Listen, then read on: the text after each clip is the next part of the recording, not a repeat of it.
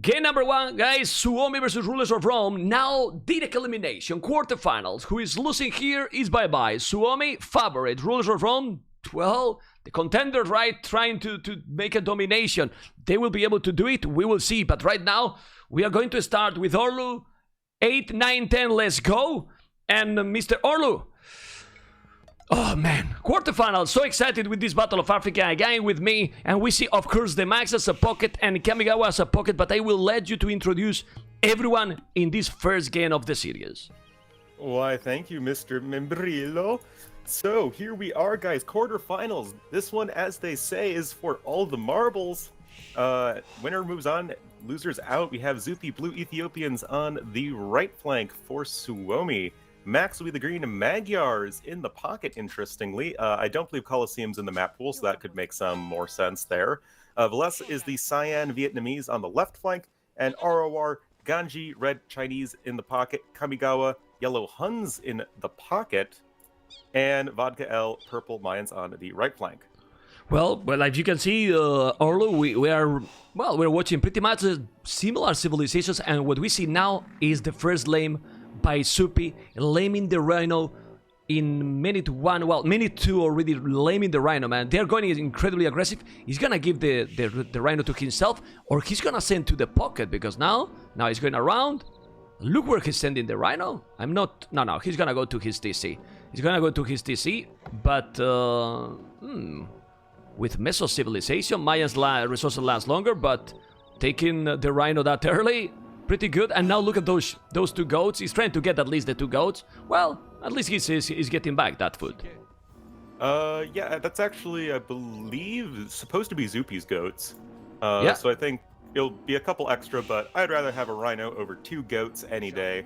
So that's always going to be a nice little bit of a win there for Zupi. Did we see the lame attempt on the other side? Well, Mr. Ornlu, so. Mr. Ornlu, he's not a win, because look at in the right side. He's now taking the Rhino. Mr. Purple is taking the Rhino. So he's taking it back. He's taking it back. You were already gone. You were so confident that the Rhino was going to be on blue TC, and you didn't notice that this crazy vodka is now trying to bring it, but Zupi is trying to deny it. I don't think he should be able to do that. I think the Rhino's a little too far gone already, and it's just about to approach the town center. Careful! Oh wow, that risk, man. He almost lost it. Almost lost the scout. Like you said, on the left, we are trying to see Chinese versus Vietnam. I love this. I mean, with so many civilizations, and it looks pretty clear that other than Magyars, Han, Franks, and I don't know, maybe some Khmer Slavs, those are the pockets, and then the flanks, Vietnam, Chinese, Mayans, Ethiopians, and Britons, basically. That's the most top of the five, time, I would say. Yeah. Also, just a quick shout out to the Vietnamese civilization. They've come so far. They used to be a meme, and now they're like, I feel like they're actually just a really nice civ to play, and obviously a very strong flank civ. And team games especially can help with the laming, and just strong archers on top of it. Yeah, honestly, Ornlu, it feels like with some of the latest Valiant chains, because yeah, we can say, or we can blame that some of the things in Definitive Edition can be improved, but it seems that the balance they are doing, it's doing that, well, more and more civilizations are being used, and being used properly, right? Yeah, and like I try to keep telling people, yes, there might be a little bloopsy in terms of balance here and there, but overall, the average balance, I would say, is actually improving every single patch. And no, it will never be perfectly balanced, but the closer we can get, the more diversity we can see, and the more we can do stuff like civ drafts and not hidden pick and avoid mirrors. Yeah, I mean, absolutely. I mean, now Vietnam really have a lot more possibilities. Remember that they gave also husbandry. They were terrible. I mean, before they were really terrible, but now they are much better. Anyway, let's focus, because look at yellow. And about the pocket, Hans and Magyars. What do you think will be a better choice? Because in terms of going for paladins both, I would prefer, to be honest, the Hans. Yeah, I mean, Huns have better eco. Huns have the faster working stables. I mean, it's no chivalry, but you know, it's the next best thing. And I always sort of categorize Magyars as more as a late game oriented Huns. That's mostly just for 1v1s. And the power of Huns and just spamming paladins it's not something to be lightly dealt with. No, man, and even now in early game, because yeah, you might say, well, Green got Forging, they got the 1 extra attack for free, and you don't need to do it. Yeah, that might be really strong, but in closer maps, more than in Arabia, and also you can compensate that producing 20% faster those knights, right? So the scout, those knights. Scouts and knights. Yeah, it's great overall. Well, let's see. Of course, the coordination here, it's even more important. Oh, look at on blue! Look at on blue! Purple trying to kill a Villier with yellow. Now they take the scout and the eagle is down too. But look at the roar. They're trying to go aggressive, trying to coordinate and try to kill Villiers early game. Yes, you can tell that Rulers of Rome are letting out a mighty roar to intimidate Team Suomi before this game even really starts. Yeah, well, let's explain a little bit. If there is a lot of people that might be new in the channel and new in the tournament, this is a 3 versus 3 tournament. The pocket, the positions are fixed, so you can pick before you start the game if you want to be pocket or not, so you can plan a strategy with your teammate. That's what matters the most. The tournament itself is with some custom maps. Arabia is the I will say, Ornlu, the only standard. All the others are custom maps done especially for this tournament. Yep. Some of them returning from the previous Battle of Africa, some of them are brand new. As a whole, I really like the map pool, and I think that a lot of the maps still haven't been figured out yet. And the longer it takes to figure out the maps, I think the better it's going to be for quality of matches in the tournament. Also, I do need to point out the fact that Ganji did lose a villager to the sneaky scout of the maps. Oh my god, I missed that. Where he lost it? I want to see the dead body, man. I want to see the blood, but we don't see the blood yet. You can see the remnants of the corpse north of his lumber camp on the right. Well, I still don't see it, but doesn't matter anymore.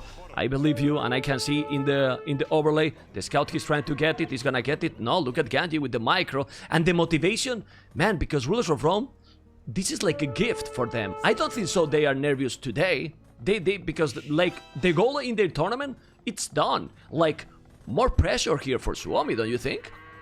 Oh yeah, no, all pressure's off for ROR. No one expects anything from them right now, which hopefully means that they will be playing more relaxed, more comfortably. And we saw yesterday that they definitely have the coordination. They can make some aggressive plays happen.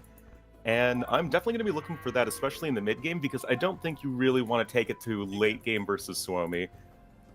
Definitely not, but look at this. If you close your eyes, John, check the scoreboard and see the China walls, who you will say that is doing the China walls? You will say that is Rulers of Rome, but it's not the case. Who seems to be going more aggressive is them, because, well, they are just walling a little bit at home, and we were talking yesterday, this is so many walls, going super aggro, red, yellow, and purple walling less, they are safer at the moment, and look at Supi with some problems, they are attacking in that palisade gate, and they might be in.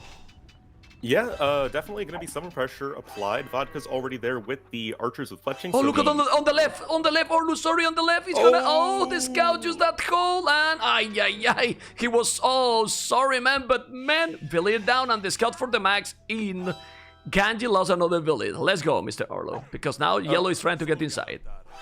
Yeah, Zupi actually was able to get the quick walls up in time, but now Ganji's got a slight scout problem, circling his settlement, and well, but the Ornlu, if the archers are not in, he's more or less okay. He's only 3 scout. He need to wall and avoid that there is more units there. Yeah, and it looks like the Max will make a quick escape before the walls come in and trap them in, but I will say that this just means that Veles is having plenty of time to do whatever he wants, and that is apparently sitting in his own archery ranges. But on the other side, Max is actually catching out some scouts of Vodka. Where is Kamigawa? Well, Kamigawa is on his base, killing Veles' army. He's killing Veles' army. In the north, look at this, and he's taking absolutely everything. He's doing a good job, and now Villi is down for the max. With a few scouts, the max lost few Villies there too. Okay, both pocket killing both flanks army, and now Ganji with a lot of army. Let's see where he's going. Going to the pocket, probably? It is Age of Kill the Pocket, and we do see Kamigawa making a beeline right to the Max. Definitely don't want to let the Max just kind of do whatever he wants, but Zupi's here as well, so we might be seeing all of these armies unit. But again, we're seeing Valesa go out on the map and just go for the pocket. He still doesn't have fletching, notably. I feel like he forgot it. Yeah, man. Yeah, he has the blacksmith. He should have it. Well, he's doing now, but well, let's see, man. Let's see, because now it's very important. Kanji's coming. I think he can break those. I don't understand those palaces. The goal for Kamigawa. Oh my God, the goal for Kamigawa. No. Beles is the way to say that. Yeah, Beles don't have.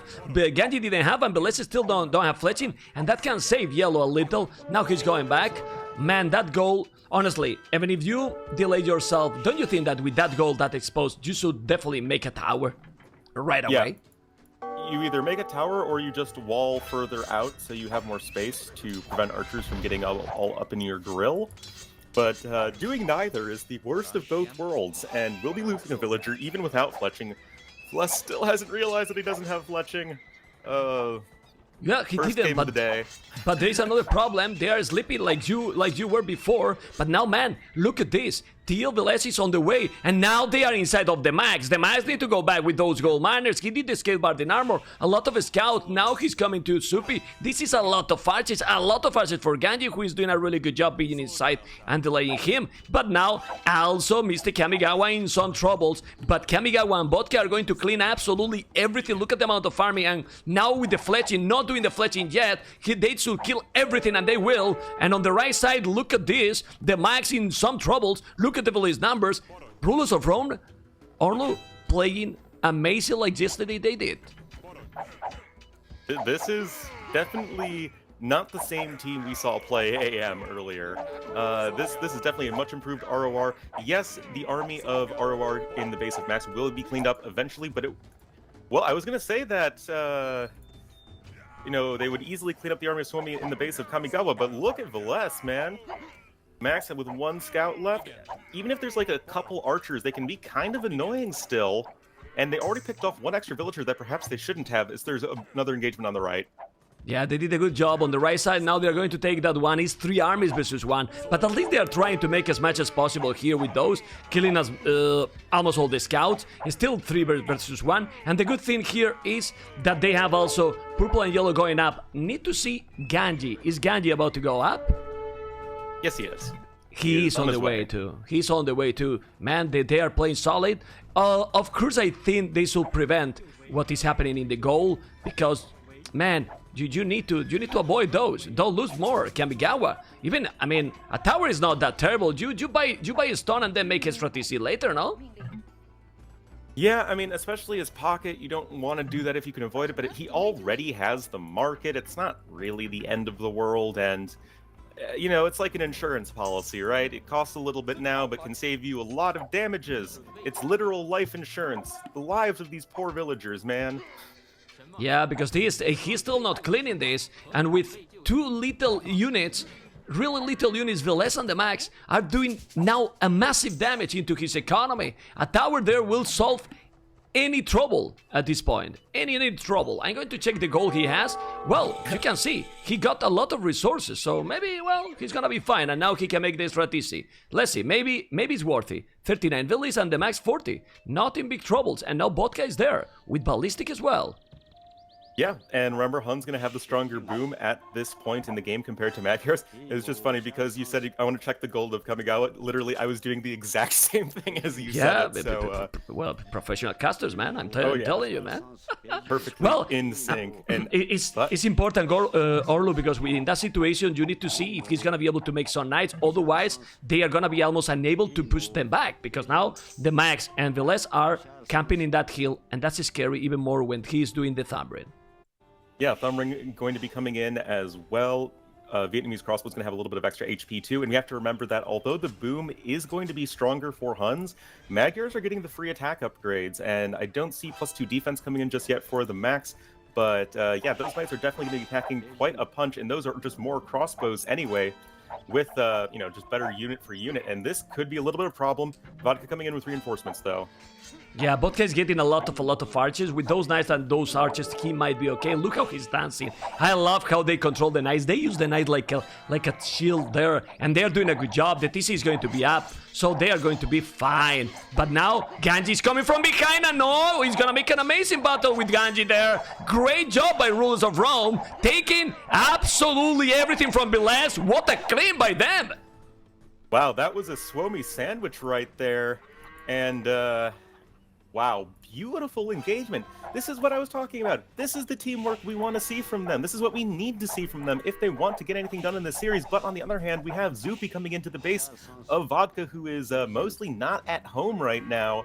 And those Ethiopian crossbowmen, they might not be Saracens, but that faster fire rate will mean they take down the house a little bit faster. Well, this is scary. Ornlu, look how they are killing the buildings, and now Vodka need to go back. He will need some help. Well, he's bringing more units, but man, they are inside with a lot of archers. That's the problem when you fall a little bit behind. You try to save your opponent, and then, of course, if the other guy is just coming aggressive like Blue is doing, big problems. Yeah, that's, it's not great, but other than forcing some idle time, no losses. Oh, maybe one villager, but, you know, no major losses. And yeah, he's fine. Right now, ROR's doing okay for themselves. Looking at the villager count, though, Max somehow 10 villagers ahead of Kamigawa. That's not what you want to see at this point in the game. Yeah, well, but it's normal. I mean, they have been with that delayed behind that don't let Kamigawa get the 3TC as smooth as fast as he wanted. But still, hands are hands. I'm more worried about the flank situation, for example, with Ganji, that he's 15 village behind with Biles. Biles with Vietnam also, and well, with those advantages with the economy might be okay. I really think that they need to take some good battle, but Zupi got, oh man, 44 army, man. 44 largest army right now. Yeah, I mean, he really hasn't been in a lot of these fights so far. He's just usually been at the tail end cleaning things up. And actually, I'd forgotten that Vlesa was I believe the first one up to Castle Age, or first or second one up to Castle Age as flank. So that's going to be very nice for him, but he's currently under a little bit of pressure from Ganji. But as I say that, again, as we saw the Suomi sandwich, now we're going to be seeing the Roman variant, which has a lot less crossbowmen in the middle. Yeah, that's just brutal in that side. And here we're going to see. I mean, Zupi got a lot of army. Zupi has no Thundering, but he got ballistic. Look at the knights how he's opening. Now Vodka got a lot of army. Those knights are just dying with the +2. He's killing some units, but man, look at the knights, how they kill the knights. I really feel bad for the knights. How is it possible that they die that fast? It's so many units, but still, the knights just get destroyed. There, now he's forcing them to go back, but wasn't a worthy fight for Zupi, in my opinion. Yeah, no, I mean, Zupi, he does not have the task of needing to win on his side decisively. It seems like things are going way, way better for Suomi on the left-hand side. Things are going pretty well for them in the pocket. Zupi is kind of in the doubt role from yesterday, where, you know, he just kind of needs to absorb the damage, and Max and Vlesa should be able to, you know, theoretically clean up their side otherwise. Well, Biles and the Max got right now impressive boom. Kamigawa is still with 80 villages, which is okay. Well, Ganjis, they are 10 villages behind each, and that's obviously, it's add a lot and a lot and a lot of difference. Well, bigger and bigger, man. Oh yeah, definitely. I mean, Vodka has actually even a larger army than Zupi. Of course, mine's with the cheaper archers. You can really just have those guys fly out of their archery range. But I feel like you need to make something happen to the Max pretty soon, lest he become an unstoppable wrecking ball of Magyar paladins. Well, they are trying to go. In the meanwhile, the Max is raiding Kamigawa, which is not good. But now the raiding is gonna happen on the Max. There's a lot of archers and knights. Dread is also trying to come and doing the job to Biles. I mean, Rulers of Rome is really trying to attack, but the problem is the coordination for this crazy Suomi. Now Biles is on the pocket too, and there's some more knights here for the Max. Knights that is gonna try to be countered by Kamigawa, and now if he's getting inside with that amount of army, the Max can have some problems, but the population difference is still there, but well, this is some good raiding. 100 villages, man. The Max 100 villages, and Zupi is coming. Red is also there too, and Blue and Teal, both flanks is incredible, but both flanks going faster to him even than the pocket. Now they are inside with 3 militaries, and that can make a lot of damage to the max. It really can. Zupi is here to try and bail out his team, but I'm not quite sure if he has enough. But he's still pushing back ROR. I feel like they need to be really decisive in taking these fights because Kamigawa himself took massive damage. They need to make sure that similar damage goes to the max right now, but right now they're kind of wandering around. And every second they're not doing damage to the max is actually critical in terms of falling further and further behind as the game goes on. I agree, but then if you check the numbers, I'm checking the numbers in this beautiful overlay by PKZ, Army exactly the same, 114 for both, now 3 more, now trying to get a battle here, there's more archers and heal advantage. If they take those archers, I don't know, the Knights might die, there's a lot of archers from Supi too, but so many, man. Suomi is cleaning, it's really cleaning even with the heal advantage, brutal engagement here. Oh yeah, in a big shootout like that, the Ethiopian faster fire rate is just so nice to have. Even if you don't have the hill, just being able just to mow down those 4 crossbowmen from ROR. And with that big cleanup, look, we now have Zupi 36 military, Velesa 41 military, and we have Cyan and Imperial Age Blue about to be there. This is looking like a victory on the flanks almost for Team Suomi. Let's see, because they are still trying to raid, they need to go back. The good thing is that all rulers of Rome are on the way to Imperial as well, and if they are still with the economy intact, and look at see how Purple is trying to raid, the good thing is that at home, they are yet completely fine, Mr. Ornlu. Yeah, it seems like everybody was driven out of Kamigawa's base. He's only 15 or so villagers behind the max. You know, economies are fairly close otherwise. If they can get the Imperial Age times they need, it could be possible. We already have a castle up here defensively for Ganji. That's really critical. And it will actually maybe give him a slight edge in the tribe war. What? One thing is really important. Hans, the pocket, halfway to Imperial where the max didn't even click to Imperial Age. And that can be brutal, really. That really can be brutal. They are preparing the market, whatever, but there is Arvales, he's gonna lose it. Red is gonna be fine, but I'm telling you something. Oh, those villages from Red is gonna be bye-bye. He's not going to lose those Arvales, but he's still killing the Knights. I'm gonna go to the max point of view to see how it's going. If I can click those Knights. And the max is about to click up now, 147 population, yes, but Kamigawa is in Imperial faster, and if they can get the Cavaliers going with the hands, oh my god, those villages for Ganji in that stone disappear.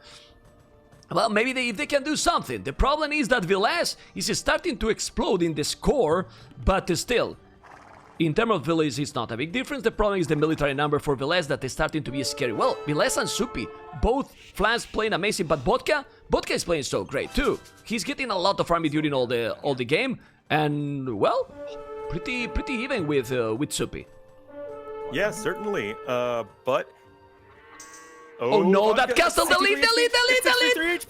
Oh, he canceled it. He has to have canceled. Oh, he canceled, man. I can't with this. I mean, Ornlu, I didn't take my pills. You know, I can get so nervous with this. They can't do that because I have problems with my heart. Okay? Ay, man. Imagine if he lose that castle. People become advanced in age. It is nothing to be ashamed of, man. Ornlu, you are killing me again today? Okay, I will let you, but look at these Arvales. Look at these Arvales. Ornlu just killed me, man. 25 years old, this caster, and he called me old. But look at those Arvales with purple, man, going back. You need to go back. Where is yellow Kamigawa? Oh, they're gonna take the military from Velez, or trying. I think they are doing a good job in this side, but on the right side, the problem is gonna be... No. They are fine, man. To me, Mr. Ornlu, rulers of Rome, according that they are playing against Suomi, they are doing an amazing game. Yes, they are indeed. But look at the population discrepancy. The max on 156 villagers right now. I mean, who cares about Imperial Age? Just make more villagers, man. I mean, all you need, just keep on churning out those units. And so long as you are not actively dying, the slower Imperial Age doesn't really matter as much. And in the long run, Max will be able to produce a better army. But look at this Ganji, like I was saying, having the edge in the Treb War over Velesa. Genji is doing an amazing job on the left. He's now taking villas down. I mean, that castle for sure. And that you will say about the villas, but man, hands are hands. With over 100 villas like he has right now, he can really spam knights, and he got the Cavaliers advantage faster. They should take it, and now they should attack. Go, go, go. Yellow need to go, and he's going to go to blue. You can see purple dealing on the right side. Now yellow is coming and taking this battle on blue. No, don't go alone. They need to go together. Mr. Ornlu, they really need to take a good move here before the Max is getting with the crazy military that he will have very soon.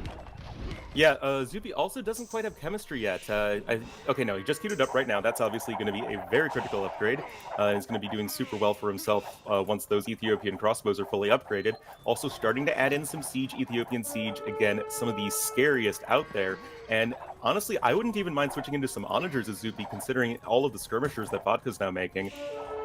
Yeah, man, but now look at this. It's incredible. Look at the economy on the way to get the Paladin, man. Paladin upgrade already there. Genji defending really great. He need to kill that bomber cannon. Kill the bomber cannon with the arbalest or with the trebuchet.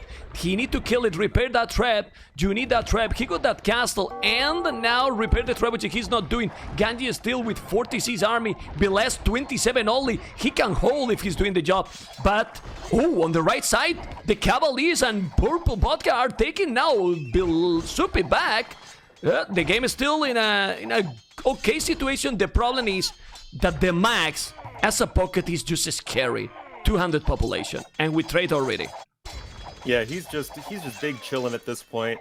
Paladin around 2/3 of the way done. Interesting play from Valessa, I have to say. Going for the imp skirms. Normally you don't want to make skirms in a team game, but if your job is just to stall, I mean, the iron wall of 5 pierce armor is going to be pretty hard to break through if you're an archer civilization. So I think that's an interesting little play there. Yeah, well, Imperial skirmishes is also not the same, like you say, so it's probably going to be worthy. The problem is 30 trade card. 30 trade card the Max already. I mean, he has 30 trade card, Paladin fully upgraded, while the other pocket got +2, +4 Cavaliers, unable to have the economy. They are trying to set up the trade. Yellow has no resources at all, good population, but this the Max is just a beast. He was behind or delayed, but he just boomed more. 4-tone sentence. But man, Kamigawa got 5 TCs. 5 TCs, and then he has 128 villiers, 105 villiers for the Max, but then add those 40 trade cards. Perfect economy. Yeah, it is just, you're now staring down the barrel of Paladins, and unless you have, say, if Ganji had made the switch into Chukonu already, then I'd say, okay, maybe there's something you can do, but pure Arbalests are not going to be doing enough damage to Paladins, provided they also have the support of their teammates' Arbalests. Absolutely, you can see that castle in the middle of the map. Look, Ornlu, how one village he was trying to do it, but they call vodka. They still stabilize. They are still not killing their economy. If they will be able to get some trade going, but man, 38 trade card, Veles 12, and Genji, Vodka, and Kamigawa all together 2 trade card. Is the trade card stats part of your... The overlay, yes. It's in the overlay too. It's in the overlay. For that I'm telling you. It's huge difference in terms of the economy. And if the game go for a long game, how you can hold without goal, without trade? It's impossible. You can't, and that's unfortunately just kind of how it is. Castle now down for Ganji. Vles has really been doing a nice job, I have to say, of keeping these bombard cannons. Like literally, as I say that, he loses a bombard cannon. Full-on cast a curse, man. Well, what the Chinese could do in this situation, there's a lot of skirmishes. Maybe, well, he doesn't have a lot of... Oh, but this move here with Cavaliers and Light Cast, maybe they can do the job. The good thing here that the Max... Where's army from the Max? The Max is not raiding anywhere for now. Well, he's raiding a little bit on Vodka, but... Come on, Yellow. Kamigawa, you need to attack. He needs to attack now together with Ganji. When he's not attacking, they are against him. Now the Max is joining the party. Yeah, I also think I saw Onager on the way here for Zupi, indeed. So, Ethiopian Siege late game, it's going to literally flatten Mayans if this isn't stopped. And we already have the Paladins, we already have the edge for Suomi in that respect. It just seems like ROR is trying to play catch-up right now. and that's not really any good way to get you ahead in the game. Yeah, well, he's doing the Paladin upgrade. Yellow is doing the Paladin upgrade, and they are still with their economy like intact. They are not really getting a big raid. They are more or less safe. If you check the village numbers, they have even more villages than Suomi. Of course, because Suomi has the lead village and now they have trade card, which makes sense. It's starting to make some trade rulers of Rome. But why? Since you know that in late game you will need a trade. I know that this is probably because you were struggling and not enough economy, but you need to trade faster, man. Seriously, you need to do it. Yep, I totally agree. And look at this push here from Zupi on the right side. He's got 8 siege rams with siege engineers now in, onagers to support. I mean, with the machine gun arbalests as well, and these paladins, I mean, Vodka's gonna get literally eviscerated. Yeah, this is gonna be really complicated. Vodka still have some good amount of army, but the problem is not only now the arbalests. The biggest problem now is those siege rams killing the buildings, being supported by the paladins. He needs to help there, and now Yellow is trying to help. Honestly, I think Ganji is playing an excellent game in his flank. He was being pushed by Velez, and Velez never could go, and now he's trying to push because the max is insane player and got right now 52 paladins. But on the right side, he has a lot of army. Now the paladins also from Kamigawa that he forgot the +4. I mean, all those small details you can see, not the trade. Kamigawa now is still not getting blast finance. It's all like kinda too much in this kind of games, right? And GG called. GG called indeed. Yes, Suomi was the better team. Overall, they had the better team play, and I think that all 3 of their players were playing excellently, but ROR definitely made that game competitive. It was not a walk in the park for Suomi at all. Definitely not, and in Arabia is the more standard one. The next following maps that now we are going to analyze the whole maps is when we want to see also some crazy stuff. And in that crazy stuff prepare is when we can see also Rulers of Rome shine even more. So let's see how Suomi is gonna deal anyway. We all know Suomi, right? Ornlu, everyone? Suomi is going to just, well, probably got a counter-attack for any strategy, but that's gonna be very soon. Now we're going to analyze the max 300 unit kills with 54 largest army, and I'm really afraid because he got triple the military kills than Kamigawa, but I'm afraid to check the economy.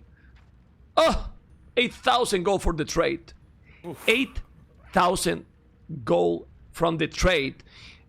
I mean, brutal performance from the max, like most of the times.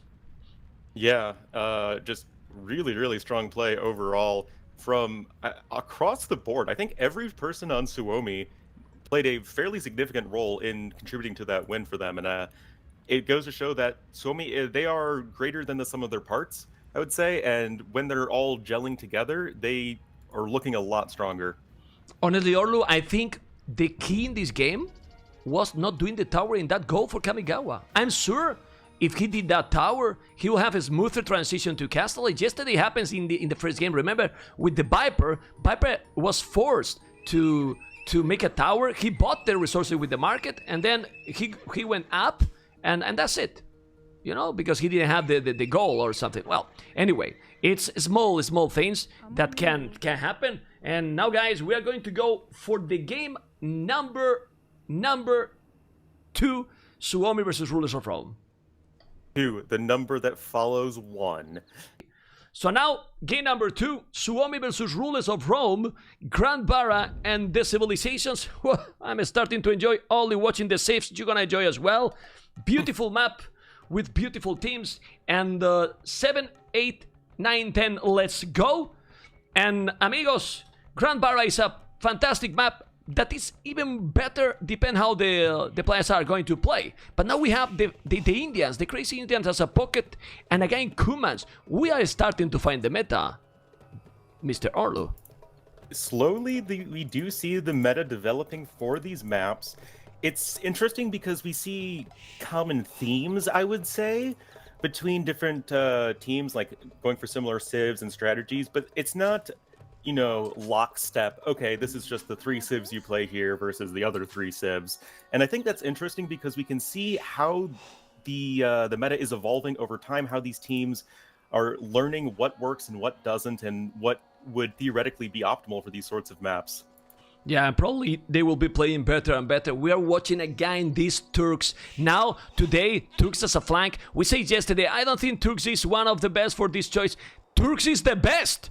Turks is the best civilization as a flank. After yesterday's performance with the Turks, sick gameplay, it can be done with the Turks as well. I still think that is risky, and you have to get an exceptional execution. Yeah, definitely. It's a very tricky civ to play. Just because you need to make sure your positioning is really, really good. You can't really afford to be out of position and just use the mobility of cavalry to make up for that. Because if you're out of position, all your Janissaries die, and then you're very sad. But as we saw yesterday, if you are playing that well, you'll just mow down absolutely everything in late game with the power of Turkish artillery.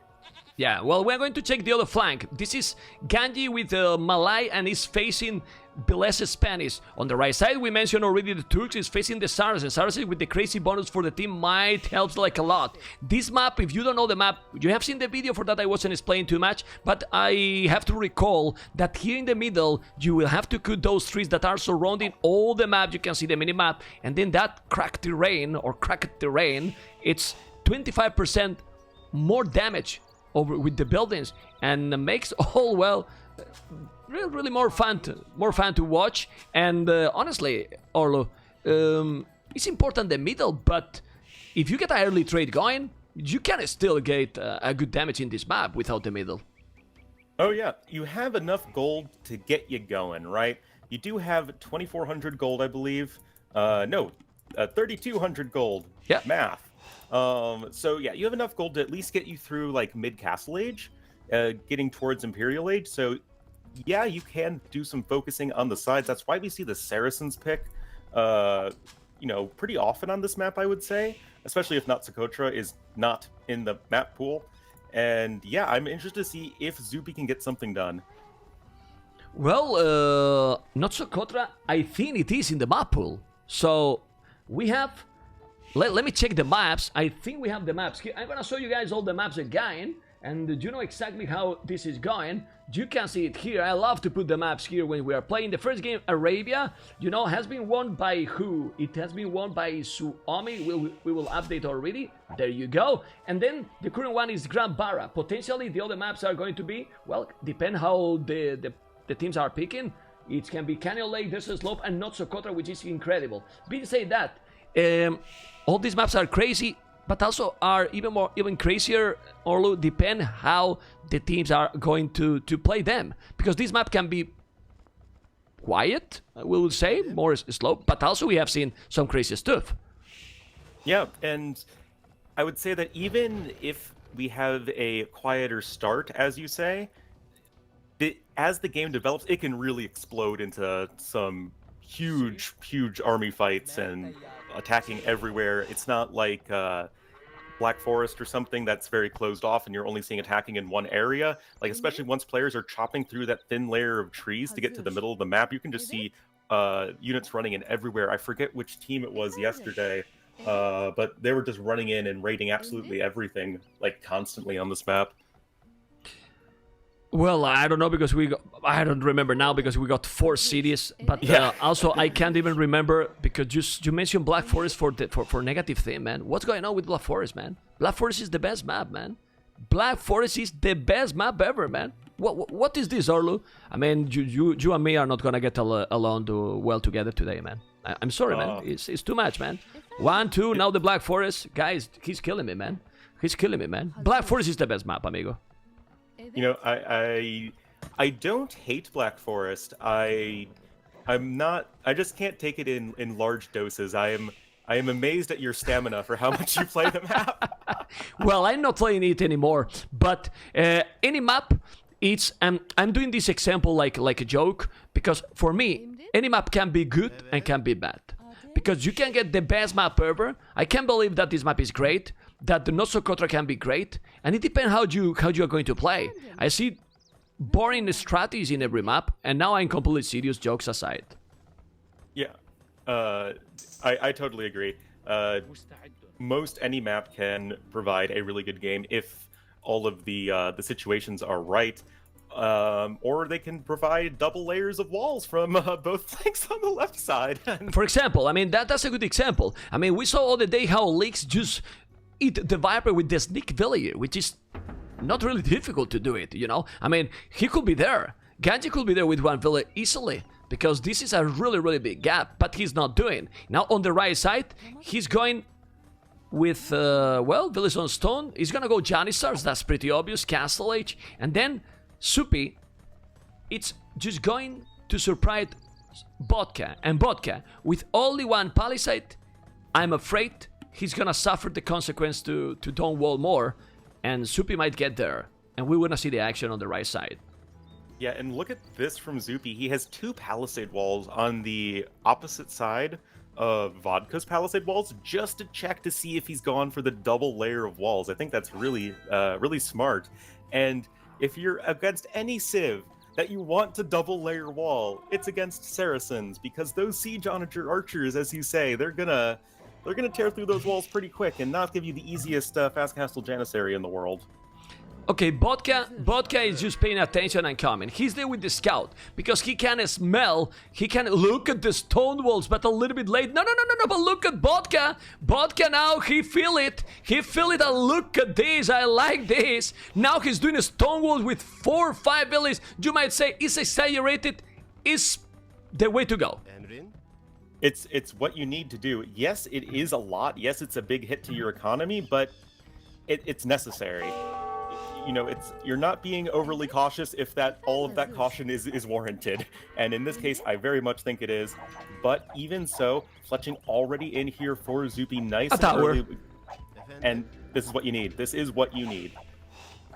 He's fine, man. I mean, Vodka, in my opinion, is doing the right strategy. He's not losing anything. He's doing the tower. He's in a perfect position right now. I mean, he lost one. That's a pity. But if he's doing that tower, he's completely fine. He need to wall on the left. He's even doing a second tower. Of course, it's affect his economy, because now try to make the castle and Janissar is gonna be complicated, right?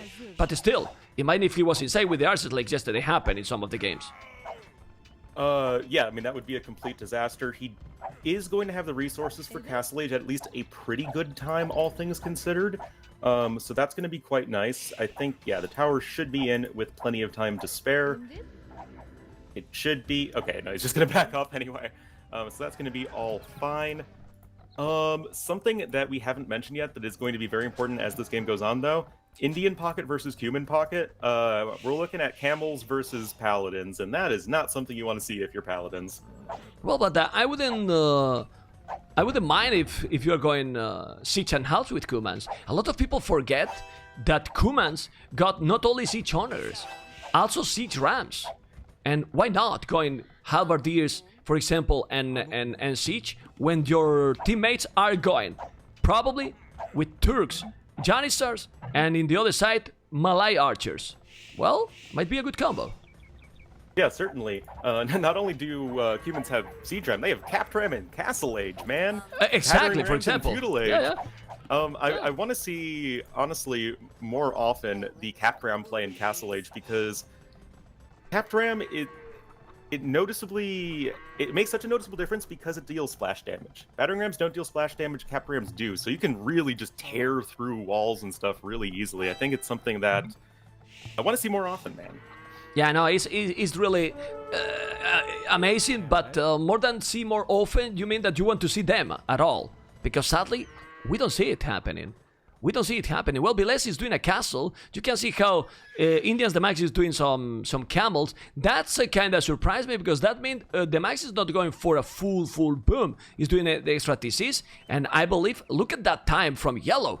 Have you noticed, Ornlu, how people now maximize perfectly fine the Cuman's double TC? I mean, 19-minute Castle Age with 47 villages. It's just amazing with two-tone centers going, and one of those in the transition is still producing villagers. Oh yeah, no, it's... Humans would, if left uncontested, probably have the best boom in the game, I would guess. I mean, it's obviously right up there, and you can really see the power of having just all of those villagers working so often, as well as the extra defense that TCs provide. Yes, that's not really the case in this game in particular, but for, you know, games where you're a lot more exposed, then yeah, it's a safe boom on top of being a very strong boom. Okay. People is not only you Wikipedia, because I try to interact as much as possible. It's difficult with the stream. I'm sorry, guys. Oh my god, I will tell you very soon what I tried to say. But man, Vodka is doing the castle already, and he did 3 towers. That's like a lot of resources invested in that castle. Of course, he still didn't even cut the wood, but now he will have the castle. The problem is that Blue has a lot of archers, and those archers, he need a double palisade gate. That's why he's flaring a lot. And it's Cuman's palisades, but these archers from Saracens. Yep, it is indeed, and that's still quite scary. Max is here with some camels. They are unupgraded as of yet. Double knights are on the way, though, for Kamigawa. So he knows what's up. He's not going to be playing this overly greedy, which can definitely wreck your day. But, I mean, even human palisades, man, they are getting shreked by those Saracen archers. Definitely one of the big breakouts of DE, or rather break-ins in this case. But honestly, I mean, when you see this, make one stable and one siege horse up, and then you prepare a mangonel. You could have the mangonel as soon as you reach Castle Age. Then with Knights +2 and the mangonel, they take everything. Yeah, definitely. I think you don't want to make the siege workshop if you can, but it's, again, like I was saying earlier, it's one of those situations where it's not being overly defensive if it's necessary for your survival. And as you're saying, Velez coming in with some conquistadors, it's a full rainbow at the base of Kamigawa.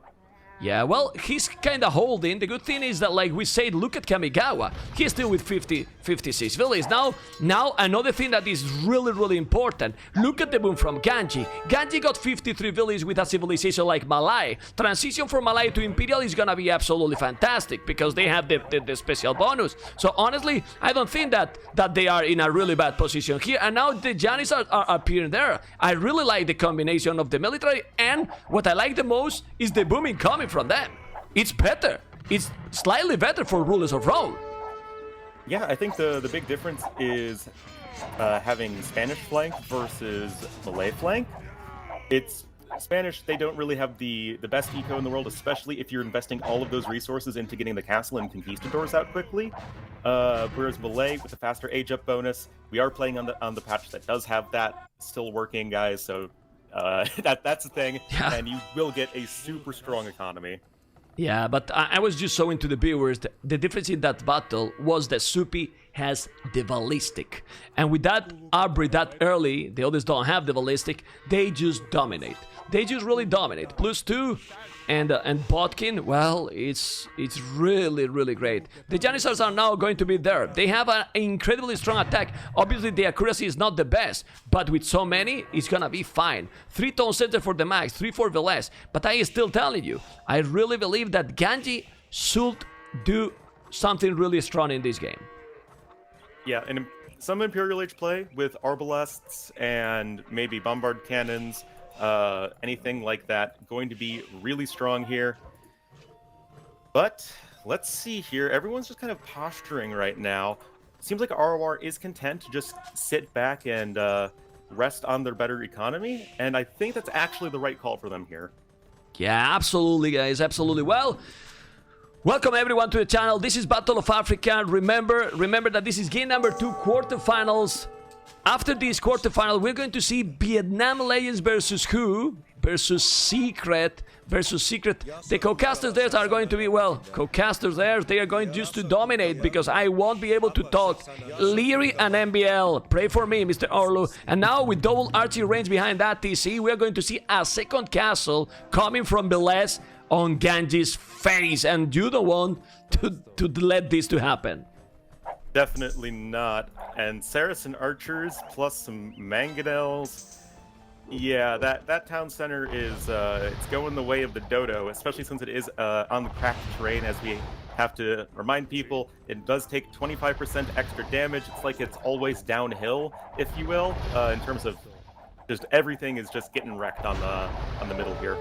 Okay, but now we can see those gongs and knights. I believe that, like I told you, man, that the economy from Velez is gonna be behind, but now I see something that it's unbelievable. The max 29 minute Imperial Age. 29 minute Imperial Age. And I was telling you that Ganges will dominate here if he's able to go up to Imp in a really good time. This is not the case. It's still a good population for him, but far from going up. And now the camels with the +5, they should really shine and dominate. I see Kamigawa not even close to go up, and this the max, honestly, is just a beast. Yeah, Max, it's like he's a robot. He is literally the barbarian AI incarnate. Because, yeah, getting to Imp, 30 minutes, and still, it's not like he went full boom. He's made camels. He's even gotten some upgrades for them. And, yeah, still getting an insane time like that, and it's just going to be so hard for Kamigawa to deal with that effectively. Well, what they need to do, they have a lot of farming, is to make some damage. The Max Dina Castle in the middle, they need to attack some spot. And honestly, Supi, it's in a weak situation here. They can take town centers, they can raid a lot of elites from the Max too. They have to stop respecting the team, because now, in my opinion, they are respecting them too much. The Max got good, well, they got good amount of farming, but they got Krobos, Janissars, a lot of knights. The problem is those camels in Imbi is gonna be dangerous, really dangerous. I like how they are now all rulers of Rome together, so they can work pretty fine while split army from Suomi. Yeah, no, I was just about to say it is really, really nice just the positioning of ROR here. You want to make sure in this situation that everybody's together, and of course make sure that your meat shield is doing a meat shielding in front of your range support. And in this case, you gotta say, range support probably going to be doing a little bit more damage overall for ROR with the Janissaries, if they can keep the conks at range. And this is what they are doing, and now is when I want to see Gandhi shine, because that Imperial time, and if he saved 33 minutes, is gonna be faster. 3 players, all rulers of Rome, on the way to Imperial with good amount of farming. What they need is just to wait a little bit. If they reach Imperial Age with the amount of farming they have and make the upgrades, it's gonna be good. But if they get a bad fight before reaching Imperial, oh well, Mr. Ornlu. Yikes. Now it's going to be Vodka's Town Center that is under a lot of pressure, is getting some nice shots with those Janissaries at range. Velez actually has a lot of Conquistadors, all things considered. It's not an easy unit to mass up like that, and now they're actually going to be rotating over to the base of Ganji, and again, this is about abusing the immobility of those Janissaries as they have to walk across the desert just to support their teammate. Oh well, the spot is really great. This is a big battle. Let's see the knights. You have to be careful. The Janissaries need to come. The knights now are... I don't think that you should take this battle. Come on, Kamigawa. That battle is terrible, man. The camels are gonna eat those. You need to be back. Need to wait to get the Arbalest. Otherwise, it's gonna be a disaster. Now there's a lot of crossbows. But man, this is a great execution. You know the problem here? The problem they are getting there here is that with the same more or less units and army that they got yesterday, I have to say, Suomi is not pet gun pet. No disrespect there, but the difference is that look at Velez amount of villagers and amount of conks, and also Supi with 60 military. They are just eating Ganji. Where's military from Ganji right now? 3. Crazy stuff, man. This game was close. It was really close. It was super, teams were taking good fights. Economies were still looking pretty decent across the board. And then, boom, abusing the positioning mistake of ROR. Really just like the immobility of the Janissaries who finally arrived to the party saying, hey guys, why is everything on fire? Yeah, well, the Janissaries are there, but he's in Imperial. I mean, all the 3 players are in Imperial Age. Only the Max is in Imp. Those Janissaries are elite? No, not elite Janissaries, not with the Arbalest. Those knights are just dying. Imperial Camels! Imperial Camels, the Max, while the other pocket with Kumans. Oh my god, look at the score. I mean, the score difference is just insane. 3,000 score different the match with the other pocket. I mean, do you see that? And well, what can I explain? It's just crazy. 180 population, Kamigawa 127. It's incredible, really. Kamigawa has killed 5 units this game, and has lost 51. 5 unit kills? Yeah. Oh, 1 6. minute. 1 minute silent, guys. 1 minute silent for Rulers of Rome, please. Wow. That's really incredible. I mean, they play standard in this game.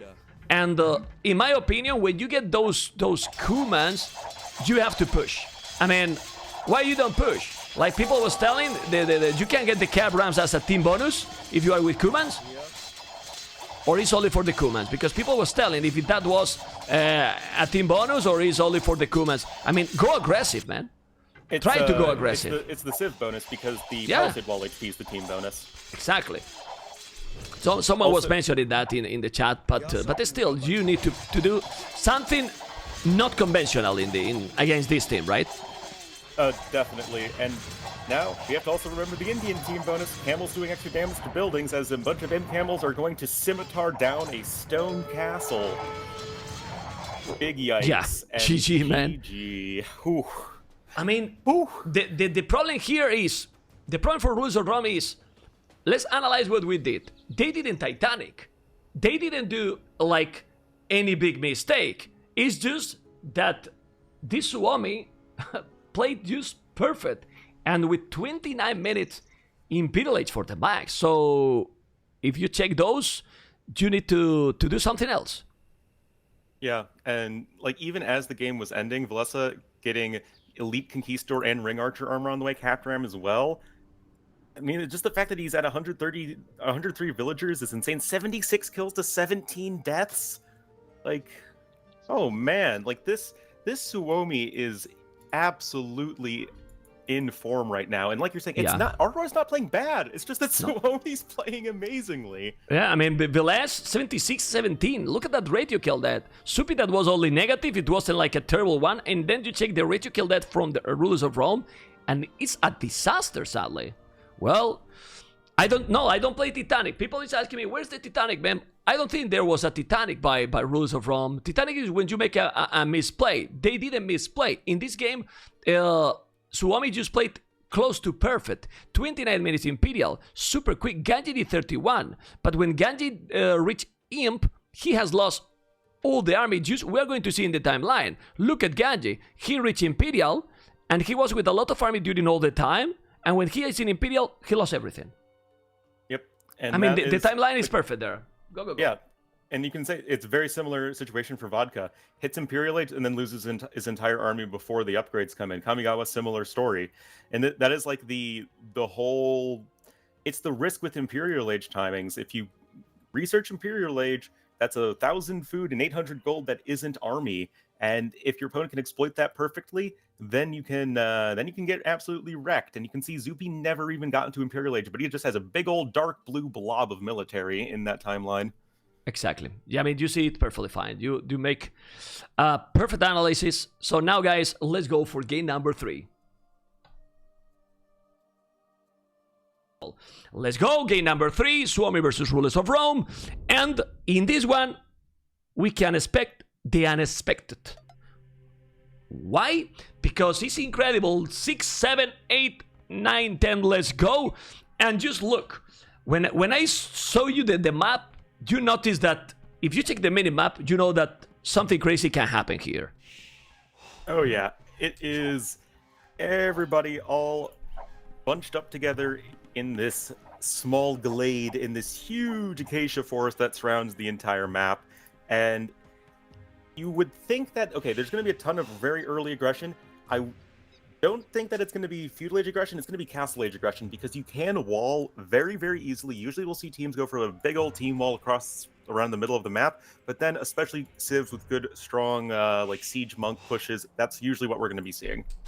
But just look what they use here. If you don't want to go for a really early aggression, then why you pick Mongols as a flank? Why you have Teutons as a flank? And then Aztecs as a pocket? Try to analyze that, Mr. Ornlu. And Rubenstock playing here, what a surprise. Ah. I mean, well, this is, you know, you have a tool for every task, right? I mean, you're not going to use a hammer to try and screw something in. gonna pick Rubenstock in a map like this. Yeah. Oh man, but he is actually going to be the pocket player, interestingly, playing as Slavs. Max finally back in his patented cyan color. He will be Byzantine's fast imp, can be very strong on this map. Also the good defense early on. Balesa Britain's really strong civ lineup, I have to say, for Team Suomi here. But this position, I mean, what we can expect as the Aztecs pocket. You never see the Aztecs as a pocket. No, I mean, unless you're playing random civs. Exactly. My guess is that it's going to be for Fast Castle Monks, and you're just going to go full voobly. And there's going to be... Okay, so here's the thing, guys. On this map, you do start with 200 stone because we had to play on the old patch, but there is still no more stone to get.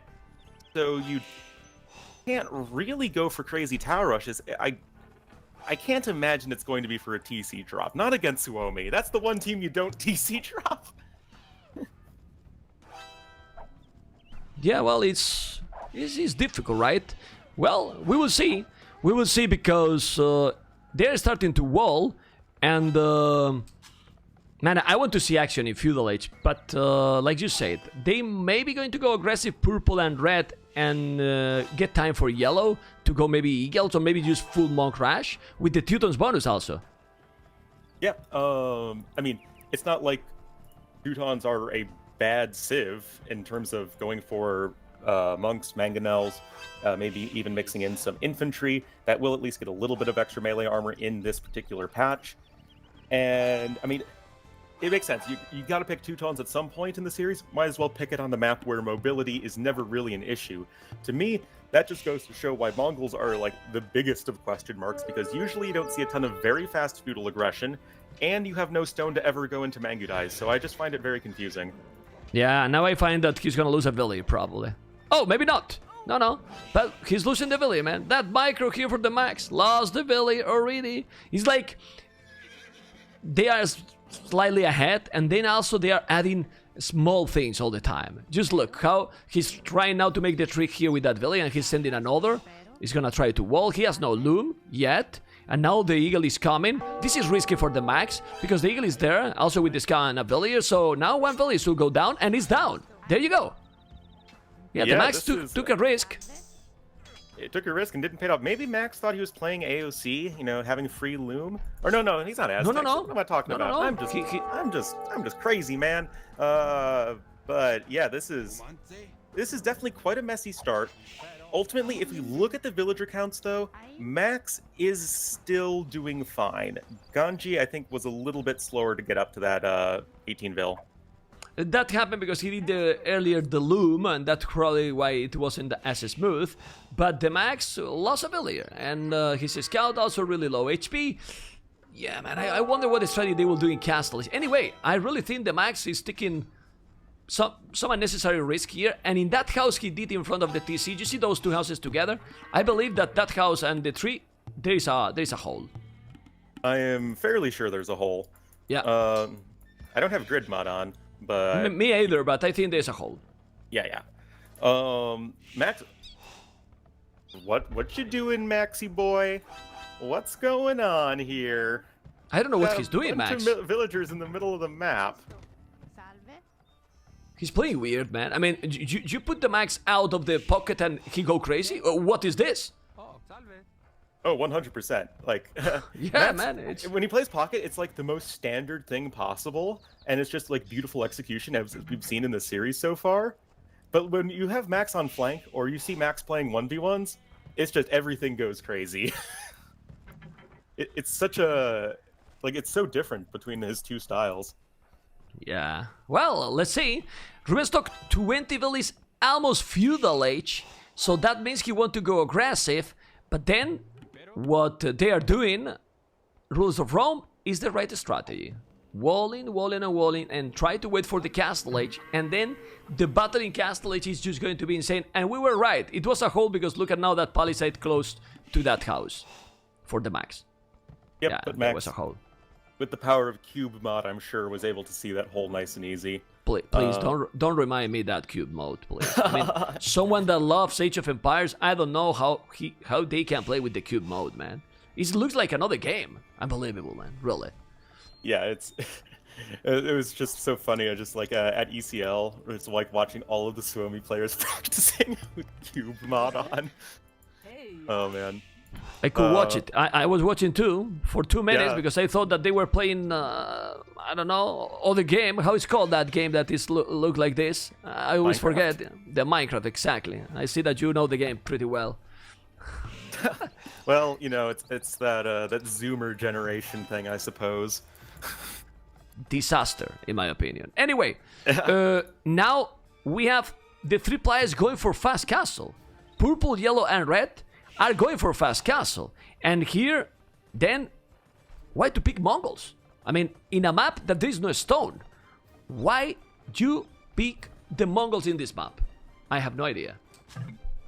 Yeah, me neither. To me, it's the big question mark. I just don't really get it. Like, what does Mongols accomplish that another Civ does not accomplish the same or better? And I don't think there is an answer to that. And the Mongols are a good Civ, right? You want to be able to use them at some point.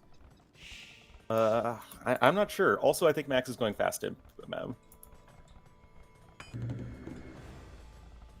Fast imp? Yeah, look, he's not even feudal age yet. Yeah, it's possible, man. Byzantine's 19-20 minute Imperial. It can. Oh my god! If he's doing that, I'm gonna cry.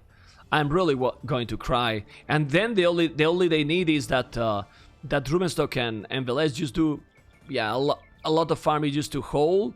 And then if he's going fast Imperial, it's gonna be crazy, really. And he's looking like it's possible to do it. I don't know if he will have the resources. There's 2 goats at the back that he didn't get it. I feel really bad that this map becomes sometimes like this because we have seen crazy battles, mostly with Xinjiang. It's what we were talking before. The maps are important, but the teams are even more, and they make the maps even better or worse in some cases. But now the action will happen very soon because Castle Age is gonna be really quick. You can see blue, Velez, Castle Age 15 minutes 56, but then red, yellow, and purple about the same, all 3 gonna be in Castle. And now really they need to go super aggressive because how do you stop a fast Imperial if that's the case from the Byzantines? Yeah, and I'm pretty sure that's what he's doing. I mean, 32 pop up. Just going to be going for the fast imp plus Arbalest play. Byzantines, in case you guys do not know, have the 33% cheaper Imperial Age, so it is very reasonable to get even very quickly. And then just those breakpoints when it comes to getting Bracer and Arbalest, you will just absolutely destroy any sort of Castle Age army. But I have to tell you that he's doing some archers. He doesn't look to have the economy, to be honest. So, I mean, it's a possibility, but doesn't look like he's going to be able to do it. He has 6 villages on gold, the food is 200 only, 0 gold. Doesn't look like he will have the resources, so maybe it's just gonna be a standard, a conventional one.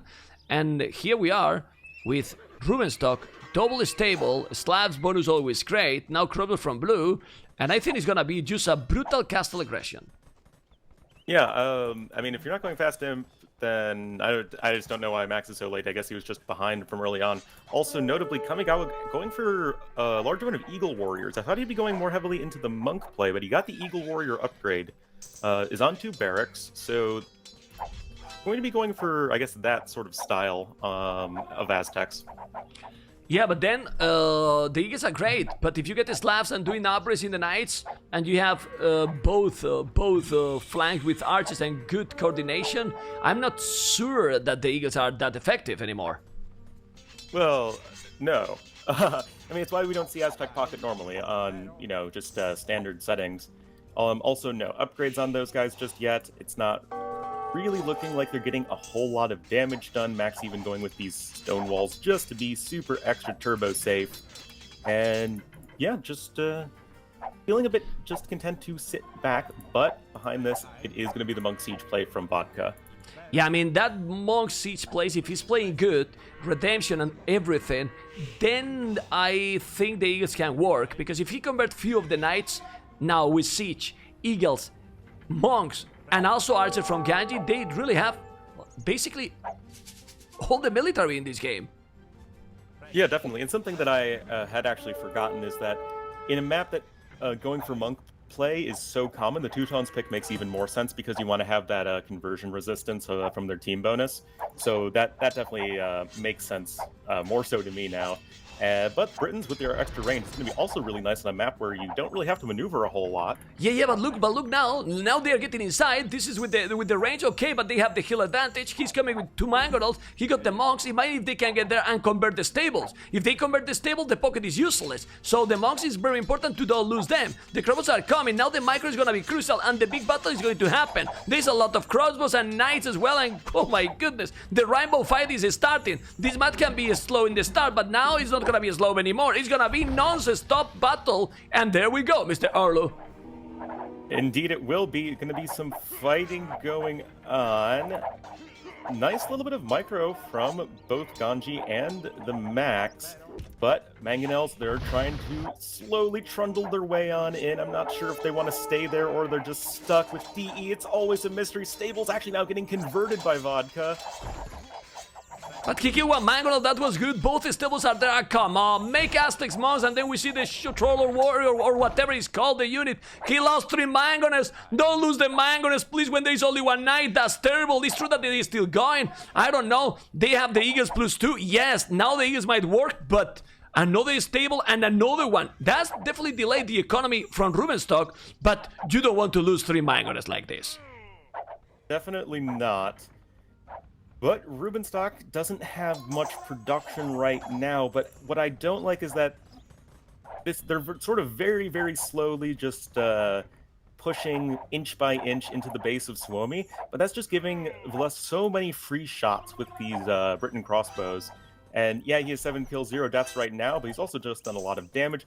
But okay, they're listening to me through time and space, and they're going for it right now.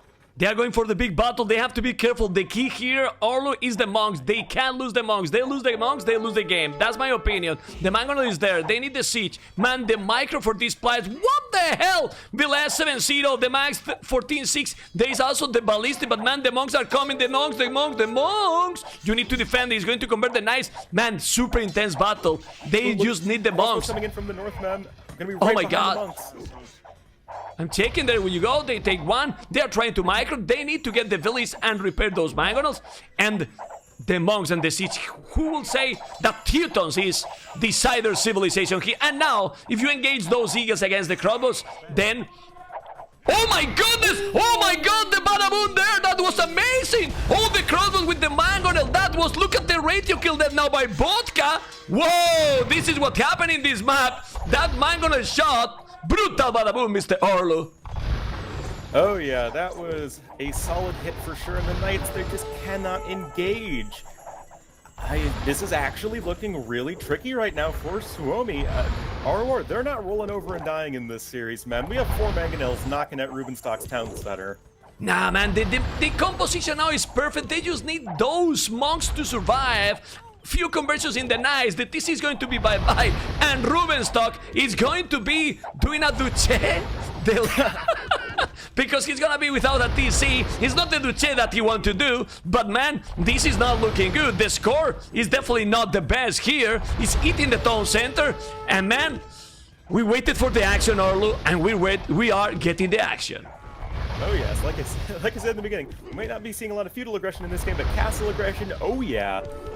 Max trying to pick off a few stray villagers here and there, but that is a lot of monks there for Vodka. He's even got Sanctity, he has Redemption, and okay, maybe it wasn't the fast imp that I initially thought, but it's still going to be the fastest imp here for the Max. Maybe that's the sort of play they need to come back and deal with this army. Yeah, but now what they need to do is keep going. You can't just stay in that area. You got good amount of farming. The military numbers is ahead for rulers of Rome, like by far. Village numbers is the same, because I'm checking in the overlay 136 village, Suomi 134. The Mangonels need to be safe. Please, the Mangonels, don't lose the Mangonels, amigo. 2 Mangonels down. The Mangonels are so crucial. Still they are attacking, but they can raid. They can really raid now Veles. Once they get some economy from the players, they really can do the job. And look at this map. This is pure non-Socotra, Ornlu. Everyone with around 40 villages and around, well, a lot of army. Taking the town center finally.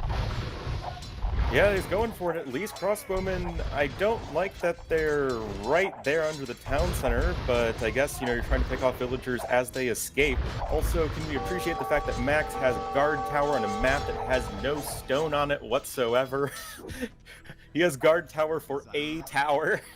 And something really important we have to mention, no sling is allowed. 0 sling. You cannot even sling 20 stone, nothing. You can see how Rubenstone with 37 village, 16 army is doing an extra town center, but he can't produce any army anymore. He has now the tower like you said. He's coming with the 4 mangoners, the eagles, the crobus, and the monks. This is a pure strategy game from Rulers of Rome, and we love to see those kind of games because this is what we want. People preparing the maps, and this looks like a good preparation. Yeah, this is exactly what we want to see in a big high-stakes tournament like this, but 2 mangonels were killed by the guard tower.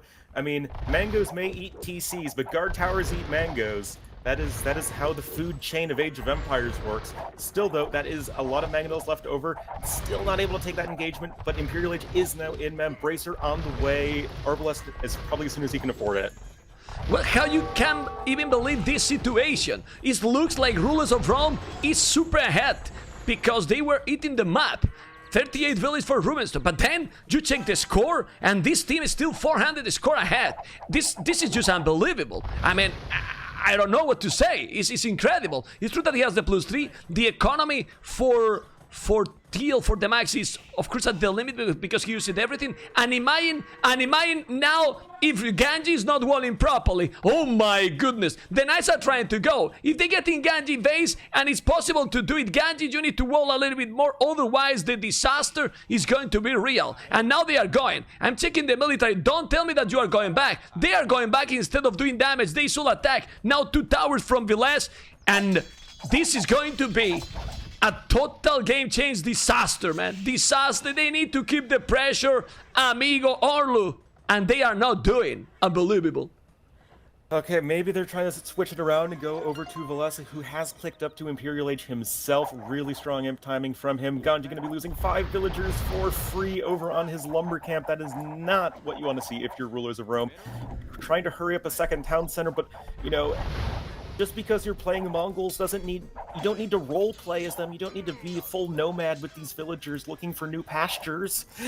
But honestly, in this situation, you don't need extra TCs. You only need the stone walls and defend. And then look at the TC. He's gonna take the town center. Is the TC going to him? If he's killing the TC, man, he's gonna be able. He's gonna take the TC. If he's killing the TC, it can be the game or not. What do you think, Ornlu? The TC is going to aim. He's going to repair or not. He's gonna lose everything. You need to kill the town center, amigo. If he's killing the town center, it's gonna be epic. They are using the time, but it's 60%, 1000 HP, man. That disease need to go down, and it's going to go down, in my opinion.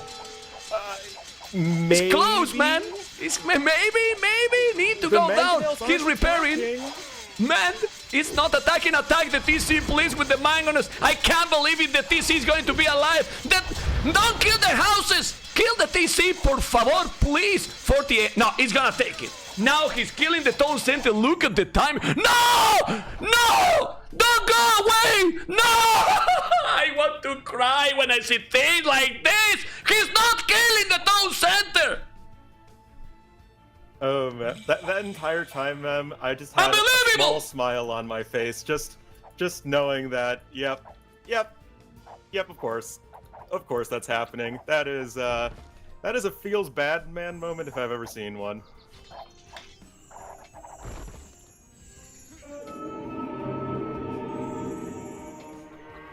I think we killed Mem, guys.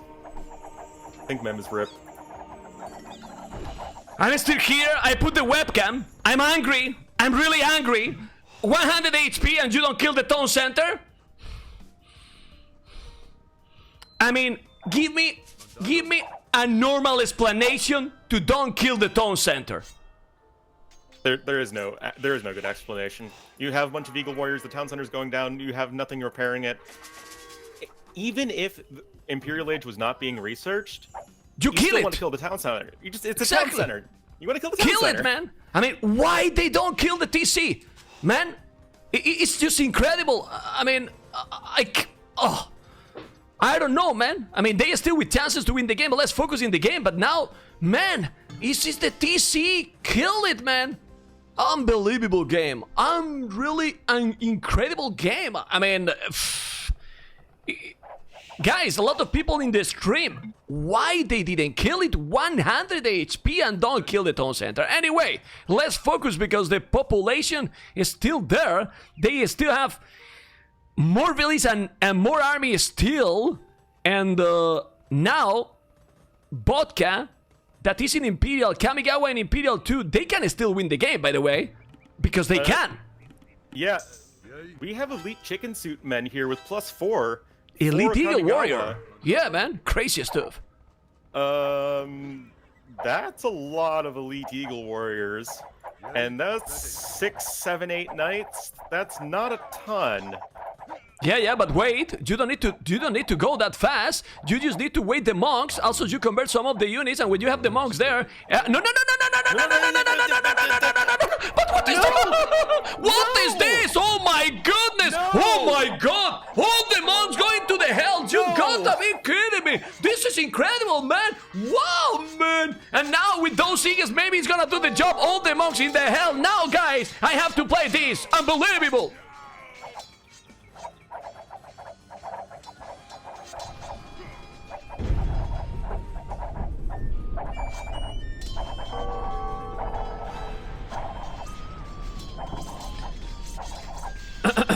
Ornlu, I'm casting Age of Empires over 6 years. Brutality is what is called this. Because Viles has 15 villages. He has 15 villages, 30 army. They can still win the game, and maybe they're gonna win the game. But are they trying to give a handicap to Suomi? They don't need it. I agree, man. They really don't need it. But, man, those monks and now those eagles, I think they are being in a bad spot here. Losing a lot of those eagles. Third bad battle. Good man on a shot, but the eagles disappear now. Well, Kamigawa, the good thing with the eagles here, they are very cheap. But instead of going in that choke point, why you don't raid with the eagles? Yeah, I'm not sure, to be honest, and something that I am surprised we don't have. Relics actually collected for Vodka. I would have loved to have seen the relics given to Kamigawa, since he just needs to churn out as many eagles as possible. I think even just those little things could actually be a huge difference in a very, very close game like this one.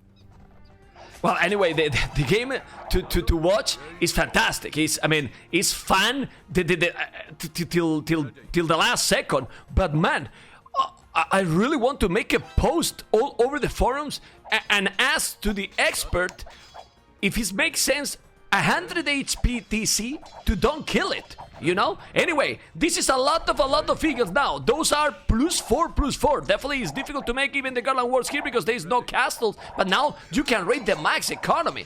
And Viles is still in 16 villages for the last 10 minutes. He's completely dead with the push they did. So, Rulers of Rome, it's playing really great in my opinion. They just made some incredible mistakes. Yeah, if they hadn't had the double throw right there, I'd say this game would already be over in their favor. As it stands, they're still well within winning, but look at this base here from the max. This is the true Byzantine base right here. It is going to be so hard to attack. Guard towers, town centers everywhere. I mean, you have to be very careful with how you push the max right now. Yeah, well, Rubenstock, remember that he got killed the TC, now he's up to 84 villages, but I'm taking Rubenstock's point of view, and even if he has a good population, he got no resources at all. Now he's taking those eagles, but if they go all together, and I don't know Vodka 92 villages now, trading, they are trading, in the middle of the map, he's booming, and no, Vodka is not adding army. I don't know what Vodka is planning to do, because he has no army, a handed population, but will have a good economy. I mean, they are ahead, man. Really, really ahead in terms of villas, because they have the Max and Velez with, well, barely villas. Kamigawa too. Yeah, but the Max 60 army. That's the problem. They are Velez units. And they don't attack. They are not attacking now. Horse Collar now for Kamigawa, solid. And Bosa as well. Oh. Something I'm kind of surprised at. Where's the siege? I mean, we had all those mangoes earlier, and they were, you know, really good at applying pressure. Why don't we have, like, you know, bombard cannons from Teutons or, you know, Caprams or something? Anything. And I feel like that's a big factor in these guys not being able to make a big push happen. Well, I think Vodka is now full slinging. Is 102 villas and is slinging the Eagles. They are feeling that with the Eagles is a node, but if they let Rubenstock to get into Imperial and Cavaliers, they lose the game. Anyway, the score lead is there. Honestly, those Eagles now with the Arbalest support, even if the spot is not the best, should really do a great job. I don't know, but if they kill all those knights, I mean, it's really difficult to see who is winning there because the units are smaller, but if they take those knights and they are taking now, the Eagles are doing a massive damage. Eagles are doing well, but as the knights fall, so do the Eagle Warriors. And when the dust settles, that's a lot of Arbalests. They command the hill. They're out here, they're killing Mongol skirmishers. Yeah, that's not the scariest unit in the world. Why do you take a guy in Ornlu? Suomi. Exactly, why do you take against that battle there? Can you raid, please? Raid, finish Velez, Velez 30 villas, also go and raid Green. They are not even attacking there. I don't know why they are doing this, why they were super aggressive in the early game and now they are just not attacking anymore. Another Horse Collar for Ganji. I have no words to explain this. I mean, the game it's incredible game. In general, because it's hard to explain, and now Suomi is really in troubles, but now they are letting them survive. And the one player they pushed, that was the one they didn't need to. Like, if you can isolate the Max and just kill everybody else, then I think you're fine if you're ROR. Exactly. But the Max, who's Byzantines, he has guard towers, he's on 3 town centers, he has cheap skirms, Arbalests, like Byzantines are the last civ that you want to be pushing if you don't have to. And now we're looking at the Max who has more military than villagers. Well, the Max got 86 army. 86 army. Byzantines is extremely cheap. The Max got more army than all rules of Rome together. Yeah. As simple as that. This ain't going in favor of ROR. Mongol skirmishers missing the last armor upgrade, fighting uphill. Max can even just churn out these cheap Byzantine skirmishers, just try and snipe the individual Arbalests, and once all the Arbs are dead, you are going to be doing just fine. And as soon as we are seeing Ruben come in with Cavalier and Plate Barding, I think this is going to be all over. I just can't believe they are not winning this game, and they are not winning this game. But like we said in the start, in this map, anything can happen. And really, Suomi is not winning this game. Rulers of Rome is losing this game. Oh, 100%. Like, the scores are now a bit more in favor of Suomi. But, yeah, now we have Ruben coming into raid. And, yeah, it's the slow doom push here from the Max with a little bit of support from Velesa, who, mind you, was on 16 vills, he's now on 42, still has 56 military. Well, this is Britons. He's just with a greater ratio kill that. Now they don't have army at all because the Max is just spamming the range units. A lot of Arbalests. He has 120 military. 120 military. And imagine in this situation, instead of a Slink, the Teutons was going Onegs and Halves. Like, Halves will counter Green, but Onegs not now, because now it looks Ornlu that Onegs won't do too much.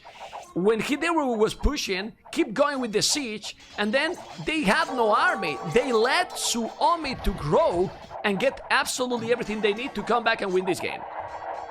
Yeah, it's really unfortunate.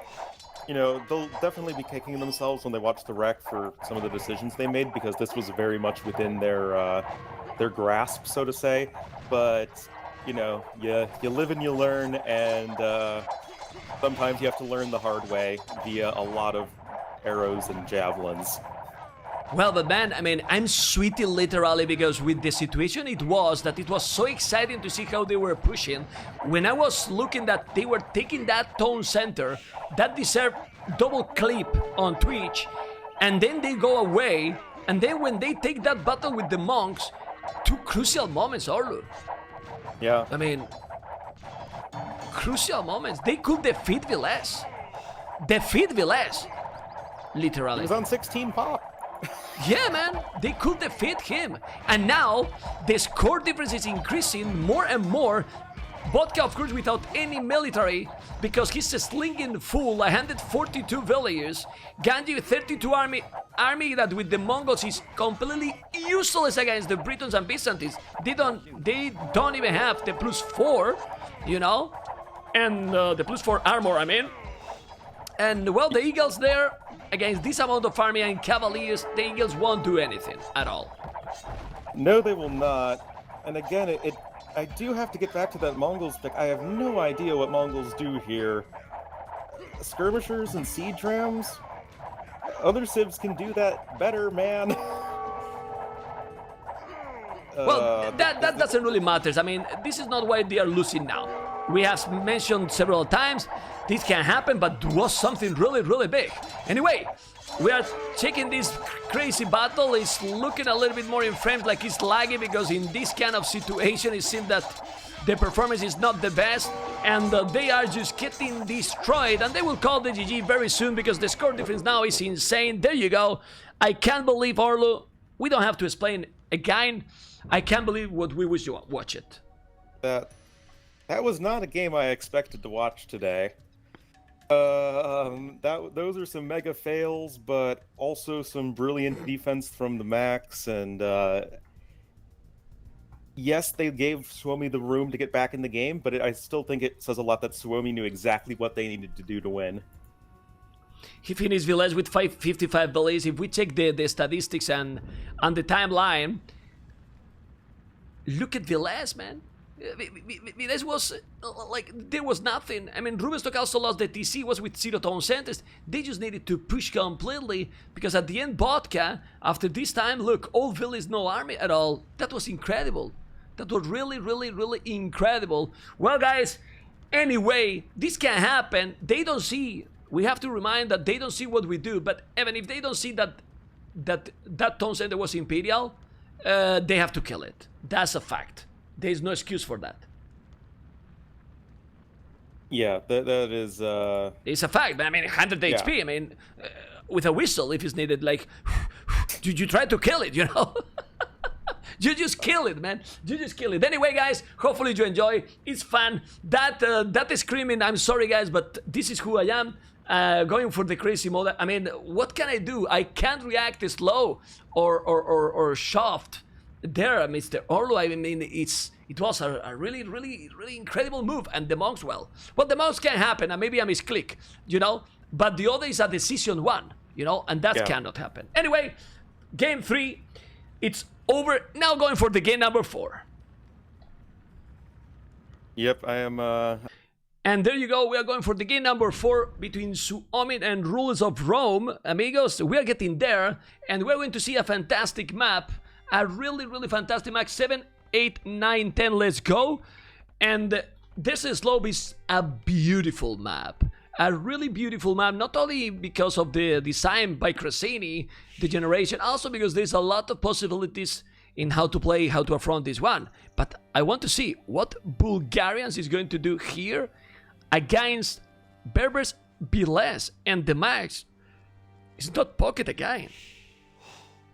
Interesting. I assume the Bulgarians play is going to be the patented Licks Fast Imp Illumination with Bulgarians, because obviously that is the game where Yin Yang beat Secret in game number 5 on this very map. So I assume Fast Imp Illumination. I think we should all follow Licks.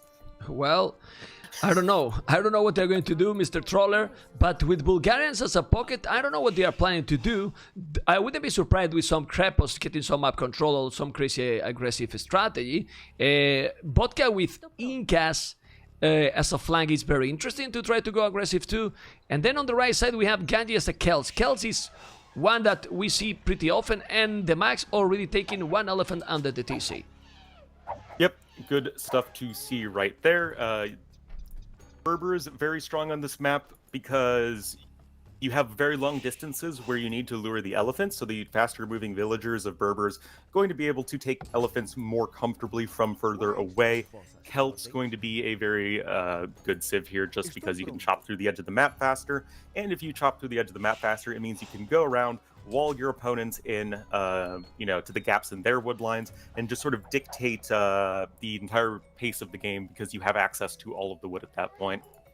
Yeah, well, remember that in this part of the map there is a stone, because in the middle there is no stone. There is only the gold that you have in the main base, and then in the middle with a lot of hand, because there's a lot of hand, there's a lot of gold too. Look at those berries, a lot of food, and I hope that they are going to try to go aggressive, because I really think that getting that food in the middle can give you a really big boost.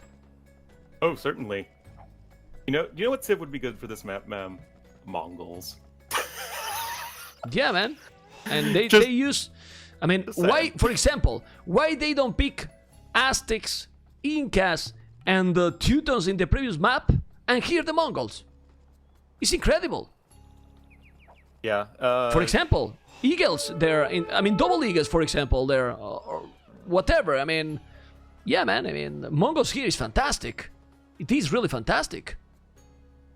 Yeah, no, it definitely is, but they're still going to try. Inca's obviously you think of them as a very aggressive civ. You can, I suppose, go aggressive in the mid game with some towers. You can still go for like cheaper stone towers or maybe like castle drop or something like that. I feel like it's still going to be best to not focus over much on middle, because I think that the benefit it gives you is it's not enough to make up for losing control of the outside, and you have to be really careful, especially if you're the team that does not have Celts. Yeah, that's for sure, but with the Mongols the good thing is that you can go 3-4 scouts, and with all the hand you get there, you can still get a super competitive fast castle time. Like almost like if you are going dirty Castle Age with all the civs. It's crazy bonus they have. Anyway, they don't have the Mongols, and now we see how Red is trying to block a little bit that elephant. They are very dangerous, like you can see. These fatties are so aggressive trying to get the villager, and yeah, he's gonna hunt properly. Remember that here under the TC there's not a lot of food, just the 4 starting goats, the berries, and that's it. You need to get some elephants from the middle, which is not easy because it forced to make the loom. Everyone the loom at this point is something that you don't see pretty often, Mr. Ornlu. Yeah, definitely not, but that is of course what the map forces you to do, and players will make the necessary adaptations to do so. Now, I am going to be interested. Bulgarians is already interesting enough in and of itself because they are very rarely picked in team games, but Bulgarian Pocket, what do you think this is for? Well, according to how he's walling now, he's going fast castle. Yeah. He's going fast castle, but I was thinking about I was thinking about the Krepos. But Krepos can't happen because there's no stone in the map. They need to cut and go outside. So the knights is okay option, but Bulgarians don't have any special knights, like not a special bonus either. And competing against Berbers cheaper knights and camels to have the advantage there. Yeah, definitely. I mean, Bulgarians will have very good cavalier once they get the upgrades in, but you need to castle for that, and that's not till much later in the game. Also, Vodka did lose a villager, as chat is yelling about. Yes, that's a little bit of a fail, but it's not the worst one, Vodka's. Serious. Well, it's not the best. It's definitely not the best. But what happened to you, Orlu? You last night you really went a party, man. You didn't tell the truth, man. You were in a party. Please confess. No, Really? I wasn't. Okay. Am I boring? Am I resident sleeper? No, it's fine. I'm just joking. Okay, that village is gonna be down. No, it's not going down. And all fast castle. In that situation, do you think they have better civilizations to face the Suomi team? Because I don't think so. No, I don't think so. Portuguese, I mean, you can just do standard archer stuff with them. I don't think we'll see anything too divergent here from the max. Everybody getting on up to feudal age at a fairly reasonable time. Everyone's going FC. And you say you want to see people compete for the middle mem? Well, they're doing that, except the exact opposite. Yeah, they're doing the opposite. Well, maybe don't think they are the best strategy. I'm going to see now the barrack for the Berbers. The thing is that the Korea, for example, well, he's gonna go for the extra TCs, but that is key here what Ganji is going to do, Mr. Ornlu, because he's obviously the fastest to go to cut outside, and if he can avoid... Oh, no, but look at the max, man. Look at the max micro. With a civilization that don't have any special bonus, he's gonna cut even faster than the Celts, man. Or at the same time, man. It's crazy. That's pretty sick. Like, regardless, you can see that these players all very specifically trying to cut a perfect line through the trees so they can escape the confines of the middle of the map, going to be able to throw down extra TCs on all of the gold, stone, and wood out here in the back. Very much necessary. And actually an archery range coming in here for Ganji. This is not normally what we see with Celts. Usually we see more of the forward siege workshop sort of thing, but I guess he wants to go for some crossbowmen. Yeah, I mean, now, I don't understand that choice. I mean, and with the market, you will have the cartography. You can also balance your economy in case that you are not with the best resources. I don't think so. This is a good choice, in my opinion. It's not. Yeah, I agree. I think there are better things you can be doing with Celts here, and it's just not a great play in the long run either, because your crossbows are going to drop off very quickly, especially against Portuguese, who have very good crossbowmen. And Max, I mean, he's already out and about, and he's not going to be trapped in his base. And that's something that I think Ganji's not going to expect to see, and is not going to be very happy to see. Yeah, well, let's see. Let's see what is gonna happen. 3 villies. Of course, Ganji cannot see the goal. He's going with 1 villy, and that is scout. Uh-oh. Double arching range, even. Interesting. Okay. I mean, this is obviously super. We wanted to see something aggressive from these guys, right, ma'am? So this is what we're getting. We're getting something aggressive. It's aggressive, but if now the Max is doing a siege wars up there, bye-bye all the range for him. And the Max is going to wall, man. Ha! The Max is walling. The Max is just walling on that side, playing smart. He can see the Max that he's coming with an archer range. He will. Look at this. I'm not a big fan of Ganji luring the Max right to the archery range, because I feel like this strategy is better, you know, it's a surprise, and, well, it's not really that right now. Max is able to react at least to some degree. Doesn't look like it will be... Oh, it's open, it's open, it's open, and... Oh, he walled it in the last second. Come on. Come on. Man, what are you talking about? There's no hole. They're not open at all. Max is fine. Oh, my God. Yeah, well, and now, but, I mean, he's still open on the right side. So he still can go there. Just go with the crossbows. Well, now, yeah, but he's doing the siege war sub. We were talking about that. So they're just doing the opposite strategy. Usually the Celts go siege, and the Portuguese go archers. And now we see how... Oh, he's gonna trick this. He's gonna make it. There you go. And now another one here, because it's still open. It's ridiculous, man, but the Max is there all the time. Still, he's gonna open for sure, but when he opens, he will have a mangonel or a scorpions. Scorpion, yep, perfect. Yep, Scorpion, just fine. The Scorpion is going to be the more consistent, overall less powerful option of the two different units, but in this situation, that is a-okay to me. Max already with a second TC on the way for himself. Ganji, no second TC to speak of. Meanwhile, on the other side of the map, we have some Eagle Warriors here for Vodka, but the Crossbowmen looking to maybe get something done, but falling back right now for Zuby. Well, he's gonna lose a Scorpion, and I'm gonna tell you something. To be honest, if Ganji micro properly and going full aggressive with 1 TC and siege, he can do the damage. Well, green is coming. I mean, Belez is coming with 4 knight that he has double stable. Oh, come on. Beautiful. Belez double stable. The crossbows, you need to palisade those. Then yellow is going to be there with 1 knight, because yellow has how many stables? 1 stable. So Suomi is doing all right till now.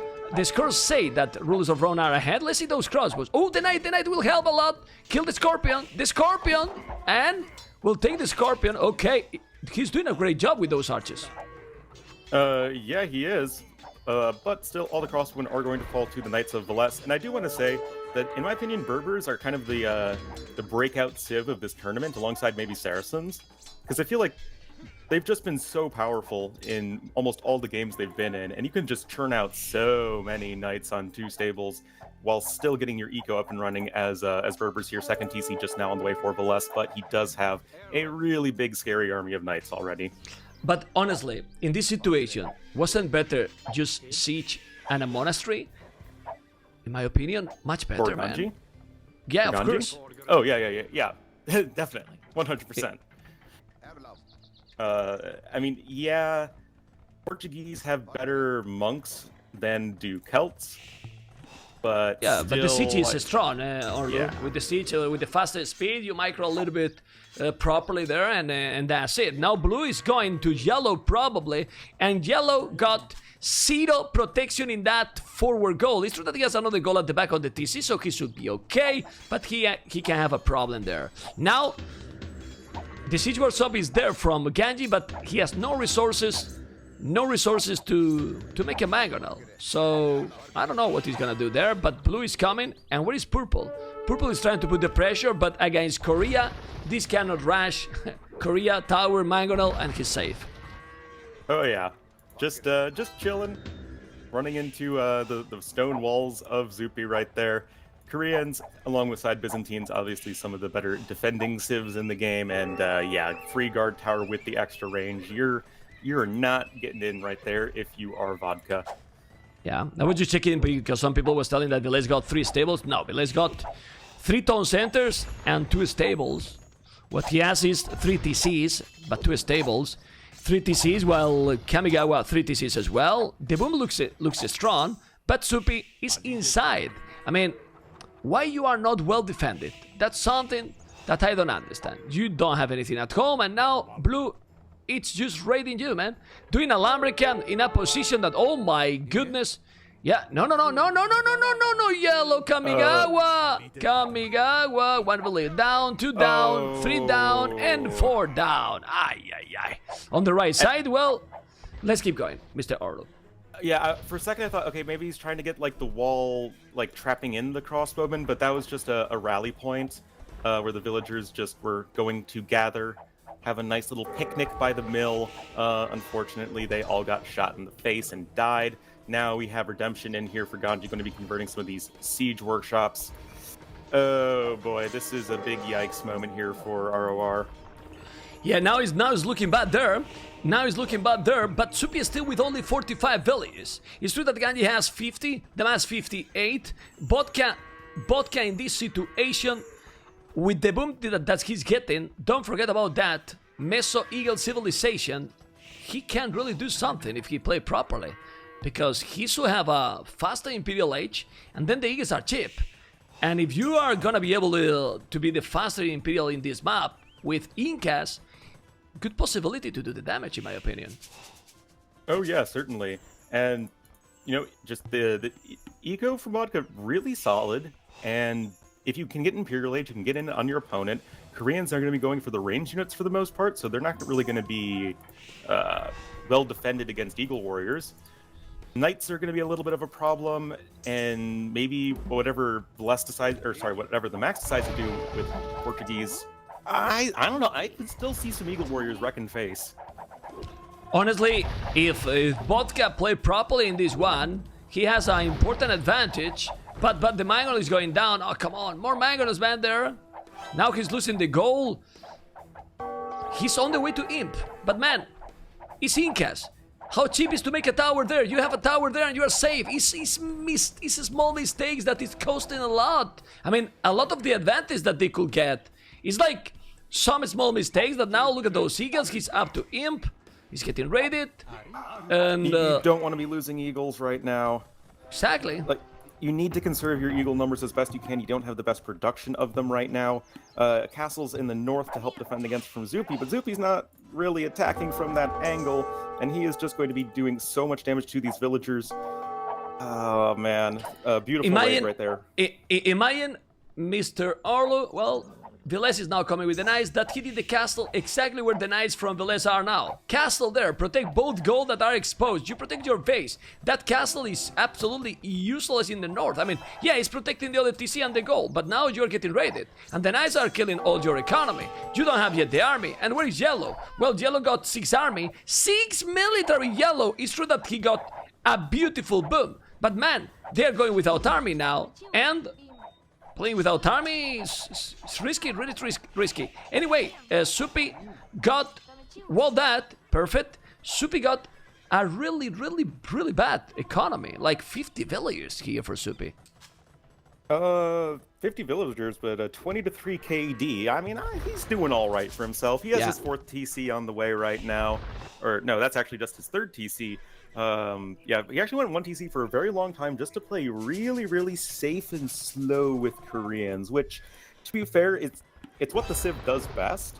And if you can make that counterattack damage and prevent your opponent from getting too far ahead, yeah, that's totally fine, honestly. We actually do have the Krepost now here for Kamigawa.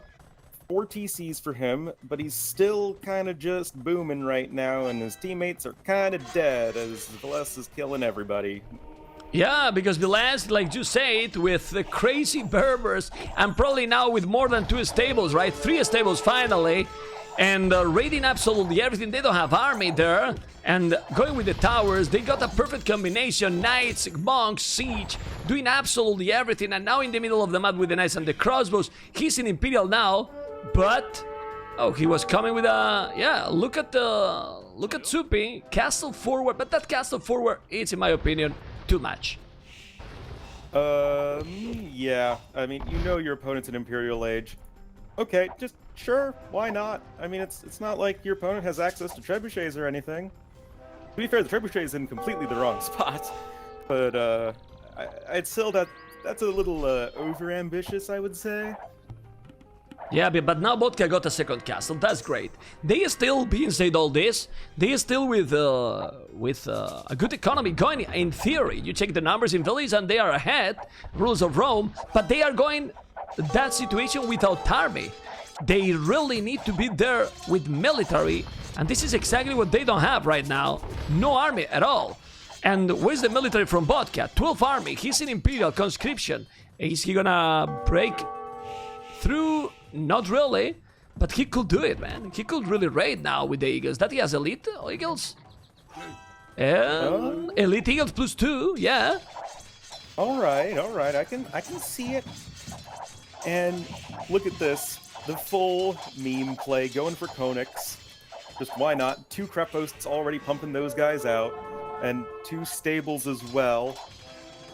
Well, the Konica is strong, but they need to raid blue. And look at Supi now.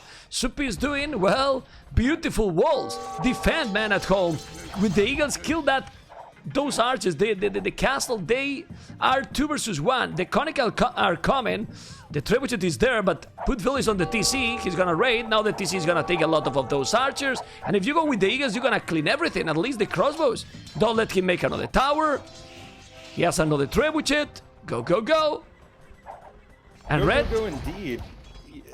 I feel like you just can't be being passive right now if you're ROR. Like, if you just let Suomi chill, they're going to be getting to a super good economy, super strong army, and, you know, they're going to be running you over. We have Velez 72% of the way Imperial Age. Just now clicking up is Kamigawa. Yeah, but man, Kamigawa, Ornlu, 130 villages. They have a good economy. The score is even switching. I'm not really sure if they are in that terrible position. I mean, they are still okay, and now they can take the castles. And really, with the army from how many of those is still +2, but now gonna be +4. This will be able to push them back. Really, I mean, they are in time to do it, but they need to do it now. The thing is, ma'am, look at the right side. Max Imperial Age. Ganji just now clicking up. Max has trebuchets on the way, forward castle. adding in additional monasteries, siege workshops, all that good stuff. Portuguese, of course, getting the discount on all those gold units. Actually very nice for monks because that's just a straight 15% discount, and you have pretty good monk upgrades besides. And well, yeah, but here, Ornlu, here where the teamwork need to work. If he's sending the eagles to the right side, he's gonna lose everything he has. Because right now the Max got barely nothing. Just the village, the castle, he's sending the eagles there, and he just clean it. The problem is that he's taking all those crazy amount of eagles to take a siege wars up. Go, move, and attack right now. Stop waiting. That's my opinion. It's just like the last game, right? We need to see the sort of killer instinct for ROR. Like, you need to realize, okay, I can do damage, I need to do damage, so go do the damage. And you need to do it right then and there because Ganji, he's going to be dying to the max very, very shortly. And yes, the monks might be able to jump into some guard towers and be saved that way. That's not the case with trebuchets. They're a little too fat to go into guard towers, and that, like, just buying Ganji time could be so good here. Okay, he maybe now get inside. He's trying to get inside with those eagles. The house is going to be down? No, because man, instead of going with those eagles, instead of going with the eagles, I get the stress. Just use the 3 trebuchets or the 4 trebs, then make a shot. One single shot, you get inside. Now you are giving him time to wall, and you are wasting all your advantage here. Elite Conic coming from yellow. Those are great units, amigo Ornlu.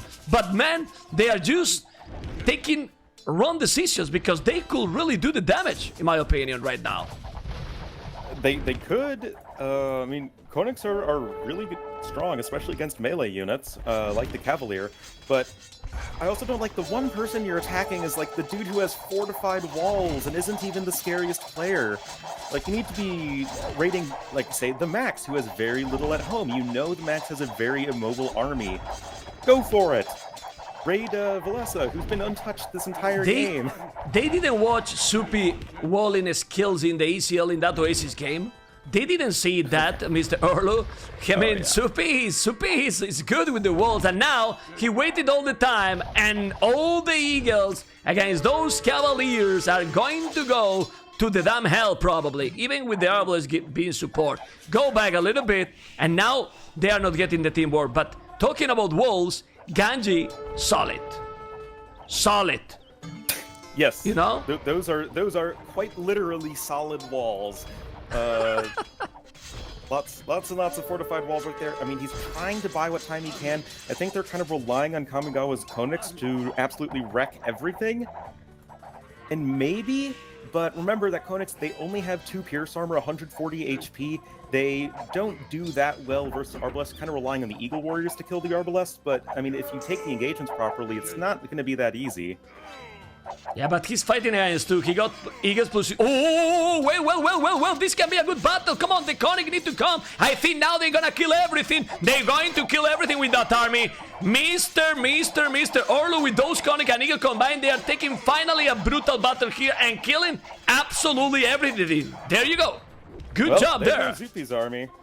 And that is a sorely needed win right there for ROR. That is exactly what they needed. Score still, though, in favor of Suomi. It's going to be tough. They need to make long-lasting damage. They need to get into the economies of Suomi. What they are doing now, Ornlu, in Soupy, trying to kill one guy completely. Mass migration here from Zupi to the north is trying to get some walls to cover his retreat. But we already have trade established for Suomi. Like, these guys are just so well set in the long run.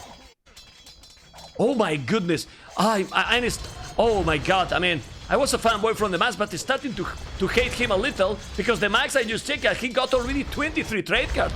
I mean, he has already 23 trade cards. I don't even know that if he need that with Portuguese, but well, I can sling now to my teammates if they need it, right? It's incredible. Yeah, I mean, the Max is just so well set up for the long run. He's just been slowly pushing down our red player Ganji, who has Hal Graham, and Max has almost nothing to deal with that. So maybe something can happen here. We forgot also about mention the Eagles are okay, great, The Kamayuks here kill everything. Well, the Kameyuks, they kill all of the Berber cavalry, easy peasy, and there aren't that many Arbalest left alive that you have to worry about, and you can just use some Eagles to reinforce and, you know, deal with whatever Arbs are left standing. Yeah, I'm sold. And Kameyuks are real good. I'm checking the numbers. Rulers of Rome, 162 army and 60 villages more than Suomi. The scores say that they are ahead, but right now the numbers say that Rulers of Rome are in a beautiful position to come back from the hell. And Ganji, with 150 population and Kells, is coming back. This is incredible. This series is starting to be incredible. The previous game, they got everything to win. This series, they got everything to lose. And now they seem to be doing perfectly fine and coming back from the damn hell. What is this, man? Max trying to switch into the organ guns, but... So slow, these units. Slow. Exactly. They're slow to make, they're slow to move, and like, even though they're good against halves in mass, like, they're just getting literally walked all over right now. They're getting pounded to death. No. Ornlu, honestly, if the game keep going for a long game, civilizations from Rulers of Rome, better, man. Much better, I will say. Yeah, I would agree with that. Capram's not coming in well, gonna be trying to take down the Max.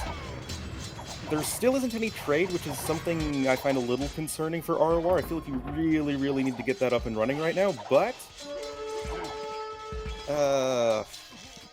Now, this is looking great now. This is looking great. I love it how the game is turning on. Nice. Look at the comeback. The comeback. Look at in the middle. Now Berber's also getting weaker and weaker. Now that army has nothing to do against the Aegis and those incredibly strong and elite Conic, also Blue Soupy 8 army. They have a lot of army. This is incredible or not, probably going to be the 3-1. And imagine, amigo Ornlu, if, oh, quick walls, beautiful. Imagine if they won the previous game like they should. It will be a 2-2 series, man. Yeah, and that just goes to show ROR, they have the ability. They have the overall talent they need to take games off of Suomi, who are, you know, they beat Secret just yesterday. They're a good team. This is still looking really good here for ROR. Again, I just really want to see them get trade up and running, man. It doesn't matter. I mean, they can't stop this army now. I mean, I'm thinking in the army combination, even if they recover with the economy, because they have over 100 villages, what army they can do? I mean, the Korea need like siege onagers maybe to make some crazy shot, and with the mobility they have, they are taking everything. The score is getting closer and closer, and now they are getting into village economy. This is looking so great, and now also raiding Supi on their base, and Red Ganji is just pushing back everything from the Max. The Max got organ guns and some bomber cannons, but he's still okay. So, well, it's crazy, this game. This is one of the reasons we all love this game, because it's kinda unpredictable many times, Ornlu. Yeah, no, and I really appreciate that ROR, they're down to 0-3, they know they're not the favorite team, but they're not giving up. And no. I think that actually says a lot for them, like their mental fortitude, you could say. And that is exactly what you need in, you know, to be a good Age of Empires team. Right now, Zupi does have some hand cannons to come help out.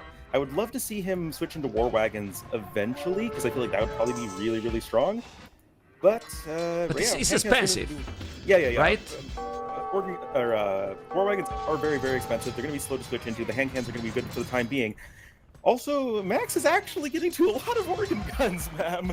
Yeah, but this, remember, siege from the Kells. Siege Kells don't even need a lot of farming. He can try to kill the castle. The castle is almost going down. If he's not killing, he's gonna hold. And in the middle, look at the amount of farming. Another point, the Max is now getting raided and pushing on his base. They're walling completely. And another thing, Purple did the onagers. Why the onagers? You cut the trees, get inside, raid everything, and 3-1. Yeah, look at the that onagers. Is exactly. Beautiful move right there. Max getting raided quite heavily, but he's going for the Portuguese death push right here. I mean, Portuguese have one of the best like slow pushes in the game. Bombard towers, organ guns, bombard cannons, even some monks thrown in. But of course, the weakness of that is you are very immobile. But who cares about immobility when you have fortified walls and bombard towers and the hunters? But look! He's coming! Look at the other side. Look at the Onegas. I'm starting to lose my voice, and only Secret and Vietnam left. 2 Onegas. Look at those eagles. The amount of farming he's cutting. He's trying to wall. Soup is trying to get. Oh, those skills. But then, if you could, he's gonna cut and get inside. Cut and get inside. He's gonna get inside with so many eagles. He's getting or not? Yeah, they're stuck. He can't make the gate, and now he's to be the 3-1. What happened with those villains? But man, the amount of army rulers of Rome are getting is just insane. And we have to give also big credit to Ganji. Remember the push he was getting in early game, and he's still being in a very nice and solid position and holding against the max. Yeah. Ganji's, again, he's in the position in a 3v3 which seems pretty common, where you just need to hold on and try to not die, and then ideally your team will do the rest. Oh, right now. But he lost. But he lost Furo Celtica using that castle, Ornlu. Look at the Onegas. They don't have the Furo Celtica. He was doing Furo Celtica, and now he don't even have a castle, Ganji. That's important, man, because the Rams are like double the HP. Not double, but a lot more. They're 40% more HP, and they are quite scary, but a lot of organ guns going down. Bombard tower falling as well. Oh, baby, a triple right there onto the all 3 trebuchets of the max. Still, though, falling back just to more onagers, more bombard towers, more organ guns. It's really going to be hard to break the max right now. Well, it's crazy. They're walling completely, but they keep going. They keep going, and this Suomi team don't give up, but the population is falling a little bit. Only 75 villages. Of course, the trade is absolutely... Oh my god, the trade. The max, 64 trade card. Villains, 54. Supi, 42. Kamigawa, Vodka, and Ganji, very balanced trade for all them. 777. Yes, but we are not at the slots, ma'am. That's not the numbers you want. Yeah, man. We do have a nice counterattack here from Kamigawa, coming in with all of these elite Conics. And I mean, it's just they have so many trade cards they need to start killing, and they need to start killing fast. And the thing that I really want to emphasize is the max is slowly but inexorably pushing down Ganji. Yeah, Ganji's holding on as best he can, but look, they're actually getting pretty close to the trade. Well, but if they just send a good amount of conics there, that's it. But now they are in the trade. They are in the trade, completely in the trade, with the conics, with the eagles. Those are cavaliers. There's not a lot of farming. I'm happy to see that after the previous game that was kinda sadly thrown, they are playing this brutal game here and keep trying like they are doing. It's amazing. Of course, now some help is gonna be welcome here in the south to help Ganji with Kells, Siege, and Halves. He got a lot of resources. Maybe Siege on it would be great, honestly. We forgot about that. And now they keep raiding more and more. Military numbers is insane. 200 army rulers of Rome, 135 now for Suomi, and it's still getting there. And look in the trade, a Krepos, amigo Ornlu. In the trade, awesome play there by rulers of Rome. Sure, why not? Just go for the Krepos. Even make more Conics right on the spot. Trade's looking not good for Suomi, but at least it exists. Even half-dead trade is better than no trade. And big siege ram push here in the south for Ganji. He's going to try and make it into the bombard towers. I'm pretty sure Max would have Arquebus research at this point. And oh, this is going to be such a hard push to make happen. It's gonna be a really hard one. There is many honors, but just go and try to kill all the organ guns. The good thing is that they are going to attack. Yeah, the army from the Kells at this point, Ornlu, is cheap. He's just sending halves. So, well, maybe the trade is good, and if he's killing the bombard towers, he might be a little bit safe, and he just need to hold. He don't need even to push, because in the other side, the damage, it seems to be done. I don't know, but why more eagles? Maybe now... How about the... Well, Kamayuks would be great for Sura.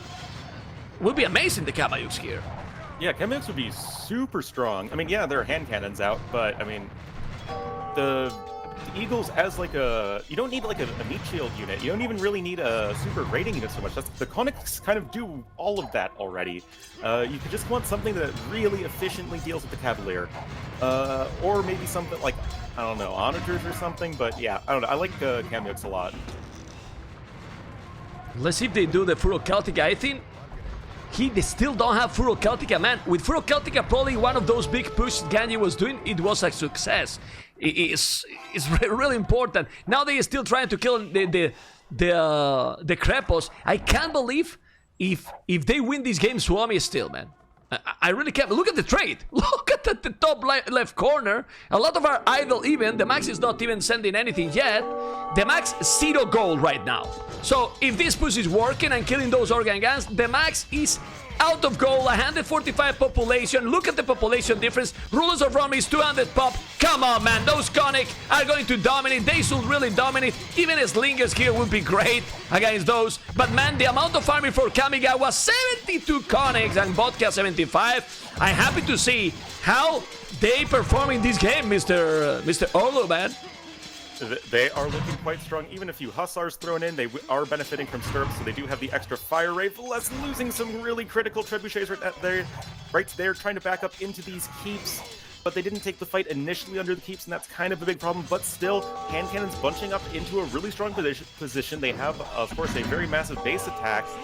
And Suomi, they're not dead yet, and they actually somehow still have the score lead.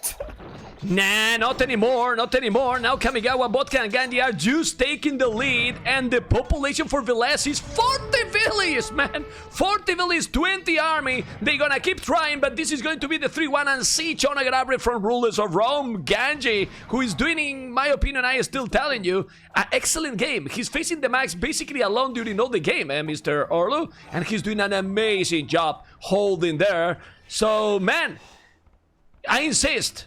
They are there. Well, let's see if they finish. Now they are getting in. When they kill this army, they call it. If they kill those cannoneers, they can't hold anymore. And now I think they can do it. This is a lot of farming. It's gonna be the 3-1. Imagine if this is happening 3-1, and the previous game was the 2-2. The series will be now 50-50, man. It's just crazy how the things can change from one game to the other. Look at the hand cannons, man. Every unit around them's derping out. DE, please! DE! Definitive! Definitive! Where's Definitive? Come on, man! The hand cannoneers there should be dead a long time ago. Kill it, please. Thank you. They are all gonna die eventually, but they're getting way more value than they ever should. And we said, like, Suomi's down, but they're not out. They're switching into Camel Archers now for Velesa. That's gonna be a really strong support unit. They are dead. Completely dead now. GG Cole! There we go. There you go! Well. This is well deserved. And Rulers of Rome, we remember the previous game. They did a bad move, but this was an amazing performance by them, and it deserved this. Full anime redemption arc right there, man. After all the fails of the last game, just playing so solid across the board is ROR, managing to take that game off of Suomi, and they are keeping their hopes alive. It is, like I said, it is so much, not only to take a game off Suomi, but to take it when you're down 0-3. That is really impressive. Oh, look, could be 2-2 series. No, could be 2-2 series. No, should be 2-2 series.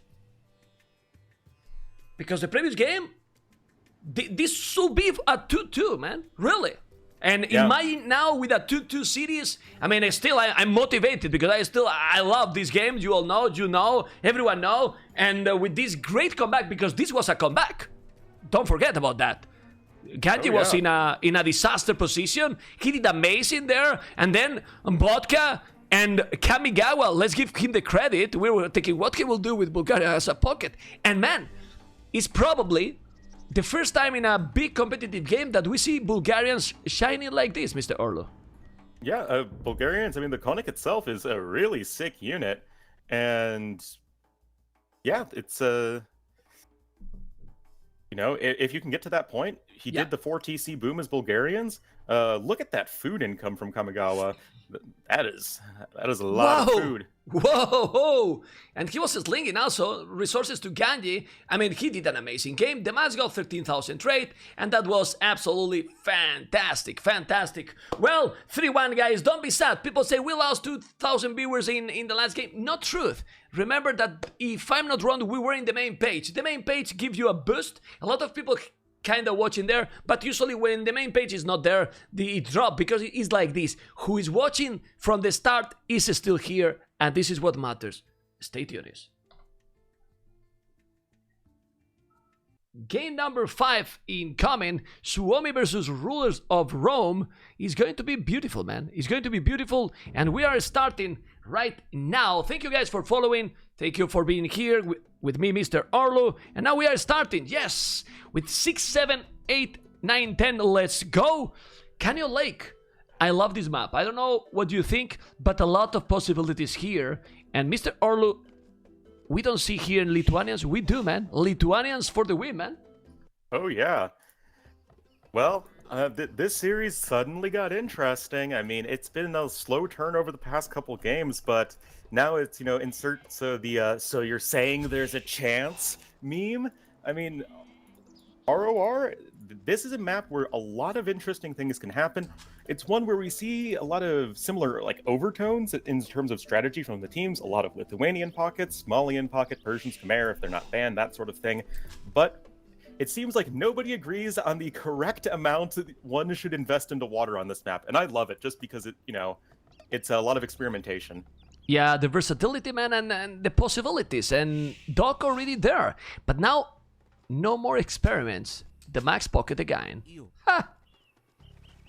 Yeah, you know, Suomi, they might have been feeling like, oh, we got this win easy peasy.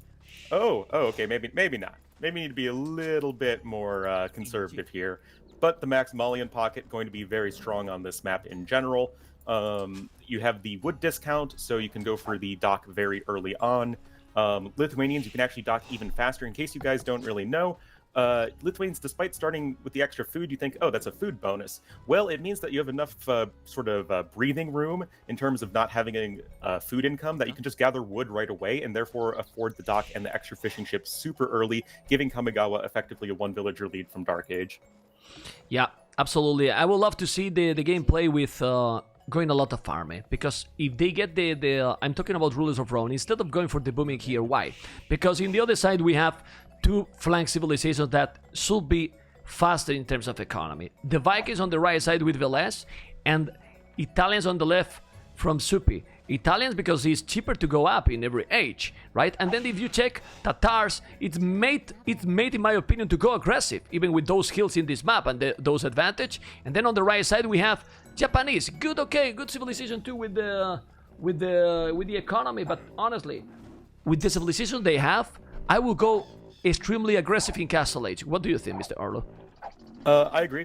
I like that idea a lot, actually, because I feel like if you let Vikings sit back in like mid Castle Age, they're gonna get a faster Imperial Age time than you. And because Vikings and Japanese kind of do the same thing, Vikings, if they do it faster, can just completely run you over. But if you make something big happen in Castle Age, that can be really sick. Same thing with Tatars. If you let the Italian players sit back and maybe even get to like Genoese crossbowmen in late game, which we have seen, then Tatars are just going to die horribly. But again, Castle Age, you have that mobility. I'd love to see them try and make something happen.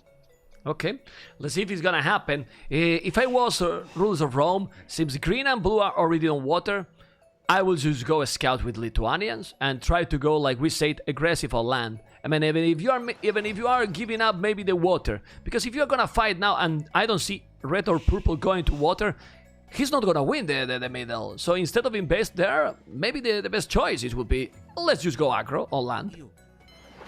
Yeah, wasn't it Secret yesterday who did just that on this map? I think so. Or too.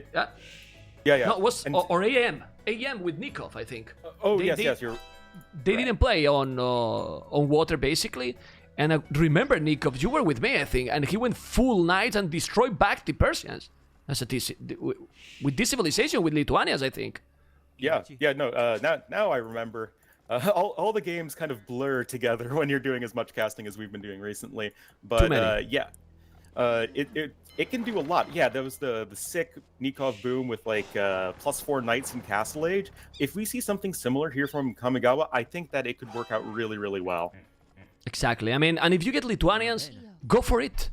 I mean, it's the advantage you're gonna get. Also, the monastery is always good because if you get a couple of monks, you can convert if you are going to get raided. You get the extra attack, but they are going up. 3 players going up extremely fast, and well, Teal will go too. I believe that if he's not doing a second dock, or if we see yellow going for the barrack already, they will do exactly that strategy. Yeah, definitely.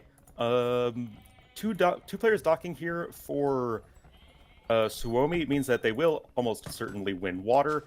And it's going to be up to them to sort of be able to leverage that in terms of getting extra fish, because you're going to have to invest into at least some amount of fire ships. And if, you know, as we're saying, Kamigawa chooses just to go super aggressive on land, it means you're going to be kind of short for wood, especially at home. And it's going to be a tricky hold, even if they can win water.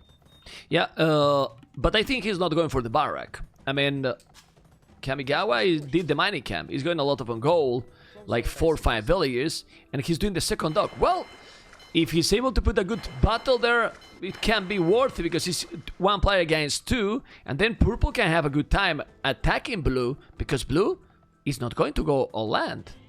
But yeah, but then green, the max, is the one who is going to deal with that. Yeah, Tricky. I suppose so. I wonder if we're seeing Zupi go for the double dock and go for the water play like this. I think they should go the how we saw Secret go on this map in the past and just. Oh, look at the misclick! Look at the misclick. Sorry, look at the unit Zupi is doing in the dock in the north. Look at the unit he's doing. Oh, is that A trade one? It's a trade one. Oh my god. Okay, now trade. Now he's gonna trade, man. What the hell? Well, he's getting gold, man. He's getting 4 gold. Man, but in this situation, this is important, because you're gonna... No, you don't want to lose that villager. The fire is there. But the thing is, now he has only 1 fire galley, while yellow got 2. So it's a big mistake, actually. Yeah, I mean, we know water maps. Uptimes matter. Just being as efficient as possible matters. Scout also making its way in here for Vodka, doing a little bit of harassment onto the villagers of Zupi. Not going to be the biggest deal. And that's stock number 3, actually, from Kamigawa. Really wants to invest in the water. And, yeah, this is going to be a little bit awkward of a hold now, just because you kind of shot yourself in the foot there. Well, it depends, Ornlu, because if the flanks are going full army and he's hitting the water, then it's not a terrible position. And you see a 3rd dock as well for Zupi.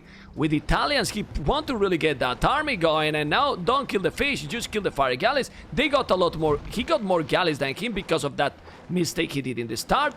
And, well, let's see. And now purple is going to scout. So, actually, the situation is the same. We have Vodka with the scouts, a scout for the max, and then on water, 2 players, 1 each team with 3 dogs. Pretty similar stuff then.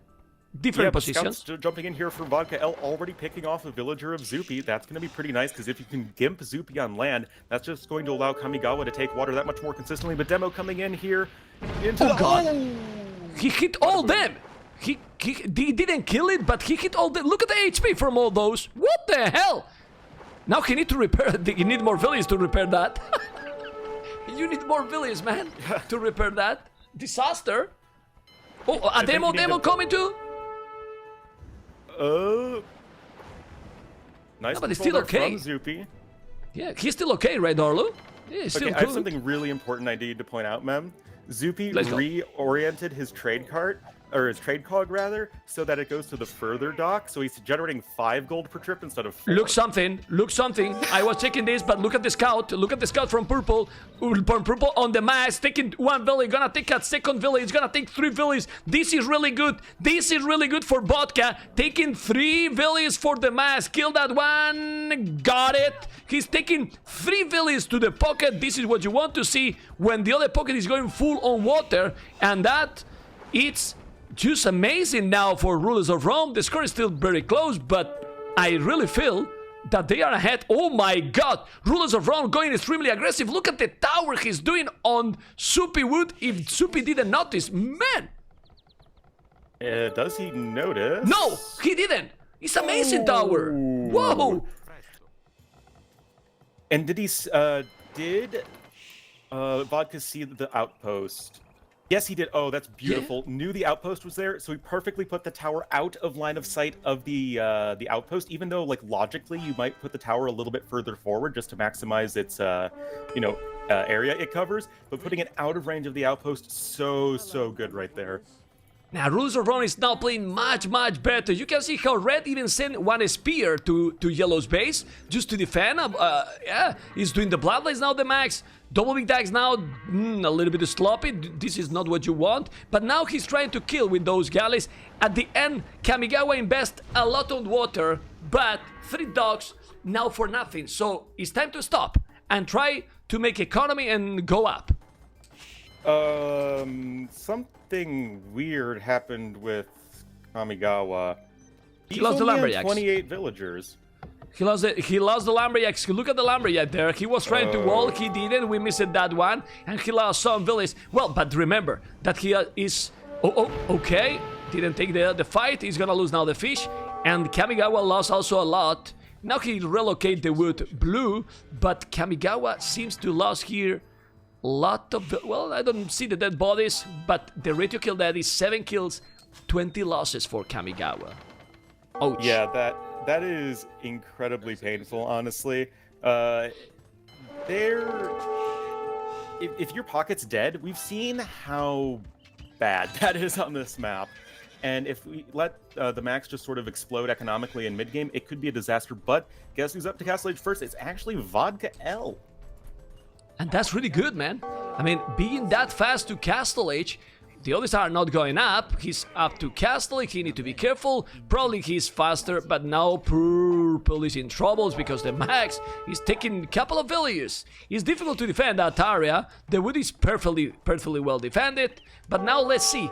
Red, it's coming. Oh, well, he killed a village, denied that market. You can see Red going to the max base and force the max, really important, to make a tower. When we were talking before, you see, the max just make the tower right away. And, well, at least now he can make 4 extra town centers. Yeah, I mean, sure, you're not able to make extra town centers, but he doesn't have anything to defend against these archers at home, so it is a very necessary tower. And he's going to at least stay alive. He's still way ahead of Kamigawa economically, so he doesn't really have to worry about making that a little bit of an extra investment. And he should be just fine. Double Knight now on the way for Vodka. Gonna probably try and push back Suomi right here. Well, but the problem is that look at now Viles is here. Viles is on Vodka because they feel that Vodka is in a strong position. But now Vodka is the one where he got the tower. Oh no, he's doing a TC. I like it. He's doing a town center in the wood and gold, so he's going to be fine and he will have all the resources safe. But man, if he's sending few knights here, he might kill that army. It's just archers +1. The knights are... Oh, but the knights not even scale bard in armor. Ay. You need the upgrades, man. Also, no gold income right now until that town center is finished. Because the gold being currently denied by Suomi. That is very awkward. And yeah, no more knights being able to be produced right now. Uh-oh. Bless now Castle Age, man. Yeah. But look at Viles, 3 unit kills, 1 losses. He didn't really attack at all. Red is about to be Castle Age as well. And the problem is that the max is already in Castle Age. Well, Kamigawa, that played amazing the previous one. I was like, when I saw the 3 dogs in the middle as a pocket, I really wasn't convinced. I don't think it's good. Water isn't so important on this map where you want to have your pocket commit super heavily to it, as it's just going to slow them down, and if you lose water in this situation, it's almost game-losing in and of itself. You can see that the overall team score is 300 ahead here for Suomi, which is absolutely massive at, 23 minutes in the game. Yeah, it's complicated. Anyway, you can see knights, spears. Of course, now Kamigawa going up. But Kamigawa is with 30... Well, do you check the numbers in villages? The max 37 and Kamigawa 37 villages too, So they are not really behind. And military numbers, 47 Suomi, 42 Rulers of Rome. Villages, only 3 villages different. So, come on, man. I mean, it's still the numbers very close. That, in my opinion, even surprising. It is surprising, but we have to remember that Max is in Castle Age right now, making villagers. Second TC on the way for him, and he already has +1/+2 on his knight, so he has a very good upgrade, so he doesn't have to spend the resources there either. And Light Cav now running into the base of Kamigawa, just, we saw Max seeing that. Oh man, maybe. Not only that, look at the even wood. Look at the wood, Ornlu. The wood for Kamigawa. The wood for Kamigawa. The multitasking Kamigawa is dead. 26 villagers. It was a good attempt in the previous game, but now the situation is a total disaster for Kamigawa. Well, this was... Canyon Lake was home map for Suomi, and I mean, if they pick good civilizations, this time, not the best strategy for Rulers of Rome. Definitely not. It seems like some teams are just really good on this map. Like Suomi and Secret especially just seem so comfortable on this map. I don't think Secret have lost it, and I think Suomi have only lost it to Secret, and it was a really close game. So, yeah, I mean, I guess some of these teams are really just figuring out how to play this map. But it's like, they're not even using the same strategies every time. It's really cool. I mean, these hybrid maps, I mean, it's mostly land, but there's water. Oh my god, the TC is going to be down, TC! Oh god! Man, do you have doubt on speed dial? Yeah, man. Definitely, man. I need a effect for the doubt things. Also in the stream, but that TC denied. Well, it's pretty over now. We have to admit it, because I mean, if Red is doing a good job, Purple too, and Purple has 52 villages. Sorry, 50 villages, Ganji 52. They are fine, but the pocket is dead completely. Yeah, and we saw this happen a couple times now on this map, where it's so hard to defend, just because. You know, that you have the rocky terrain where you can't wall, you have to go far away from your town center to gather wood, and if you just play Age of Kill the Pocket, then, yeah, it doesn't matter if your flanks are in okay positions, because there's just not going to be anywhere near enough that either Ganji or Vodka can do to deal with Suomi. Yeah, absolutely. Well, well, they keep trying, but now the Max, the problem here is that now the Max has a free way to boom. Like, nobody will attack him, because since they are behind, the pocket is basically got nothing, and this is probably going to be the GG very soon, and unlikely that Ganji now can stop green here, the Max. I think if Rulers of Rome has been watching this casting, or they rewatching the recorded games, they might feel so bad for that not Socotra game. Yeah, that's, it definitely hurts a little bit. A little? Okay, it hurts a lot a bit. It cuts right to the soul. Well, but just imagine the situation now. Well, this is the home map. It will be 3-2. Okay, we keep going now with our next home map. You know, and it's completely different. It's like when you are in football, in basketball, in any sport. You know, one small decision changes completely the game for one side or the other. Completely. And this is what happened in this series, actually. Supi, 5 town centers. 5 town centers with Italians. Haha, do you think it's needed? I don't think. But still, man. No, always more town centers. Always keep booming. Doesn't matter what you're going for. You could be going for... You could be Mayans. Go 5 town centers, man. Yeah, I love the trade, man. Trade Supi did. Oh, seriously? He did 69 trade. Well, Supi know about the good numbers, guys. Oh, yeah. And then he stopped it. Knights, Mangonel is gonna go and attack 1-2 town centers. There you go, man. There you go. Okay, he's coming with the Mangonel. He's trying to push. He's 2 town centers almost together. And here, Chamber in armor, you have to be careful. He has good army, actually. And Vodka, keep trying. But Supi got a brutal boom. But without army, man. They don't have... I mean... 3 players versus 2 because yellow is out of the game. And right now, Rulers of Rome got the same army than Suomi. The same, literally the same. Imagine that Vodka could make a castle forward now. Wow, it would be epic here. Kill the monks. Definitely want to try and kill the monks if possible. If he had the castle, then he could also make some mix in some keshigs to his army, and it could be like a 3rd production building, which could be really sick in terms of just like constantly applying the pressure. But oh my god! But look who is doing look who is doing the castle, Ornlu. Yeah, Supi. So now he's completely safe in that area, and Viles is on the way to Imperial. Yeah. Yeah. Remember what we were saying in the beginning? Like if in Castle Age, Japanese don't get something aggressive done on Vikings, Vikings are just going to have the much stronger Imperial Age time and are going to overwhelm Japanese. And now Zupi, he's gonna have a castle up. He can slowly switch into Genoese crossbowman and just focus on holding right now. And I think he should be fine. Now they're rotating towards the Max, but the Max probably gonna be prepared for this. Well, we're going to see. We're going to see what is going to happen. He's sending there the knights for the Max. The good thing now is that but look how much damage Kamigawa got. That they didn't attack him in a really long time, and he's still in 51 village only. It's crazy. Yeah, that's pretty rough. I mean. Yeah. It's not the less 16 villager rough, but it's the next best thing. Yeah, man, it's very, very tough. Well, let's see what Red can do against Steel now. 1 for 1, but the problem is the Imperial, the transition. I mean, Ganji is okay, he has a good army. Also some okay boom, but now the Vikings will just shine completely. I don't know if they will stay in the game when they notice. I mean, if the raiding is there, I mean, Purple is raiding to the Max. The Max now 60 idle villagers. That's what you want.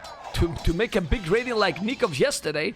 Those knights are +2, but this is the problem. I mean, yesterday when Nikov did this, his knights got +4.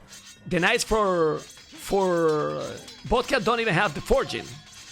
And that's a difference. Yeah. And it just allowed Nikov to take such good trades with the knights against the knights, because that's really when we're seeing the extra attack matter a lot, because knights take a lot of attacks to kill each other. So having that extra attack is a lot more important than, say, against archers, which you kill in probably the same amount of hits anyway. And there is the GG. Suomi advancing 4-1, kind of what one might expect. But honestly, I am still impressed with some of the things we saw from ROR today.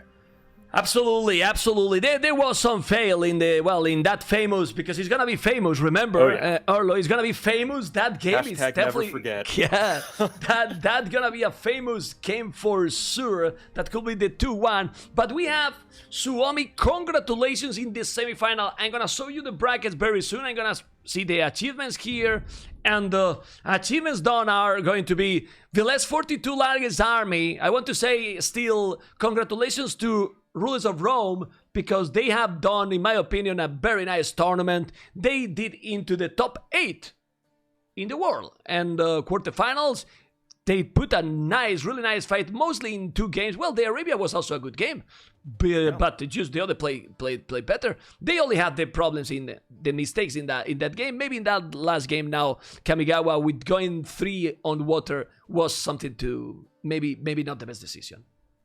Yeah, definitely. But something I want to point out to people, I think I'm at least personally enough convinced by ROR that like maybe in 6 months' time, they could really step up their game. Like a year ago, no one was talking about Valesa or Lan as top 10 players. Now, I think you can easily argue for both of them as top 10 players. So it's great to see more up-and-coming players and up-and-coming teams right here.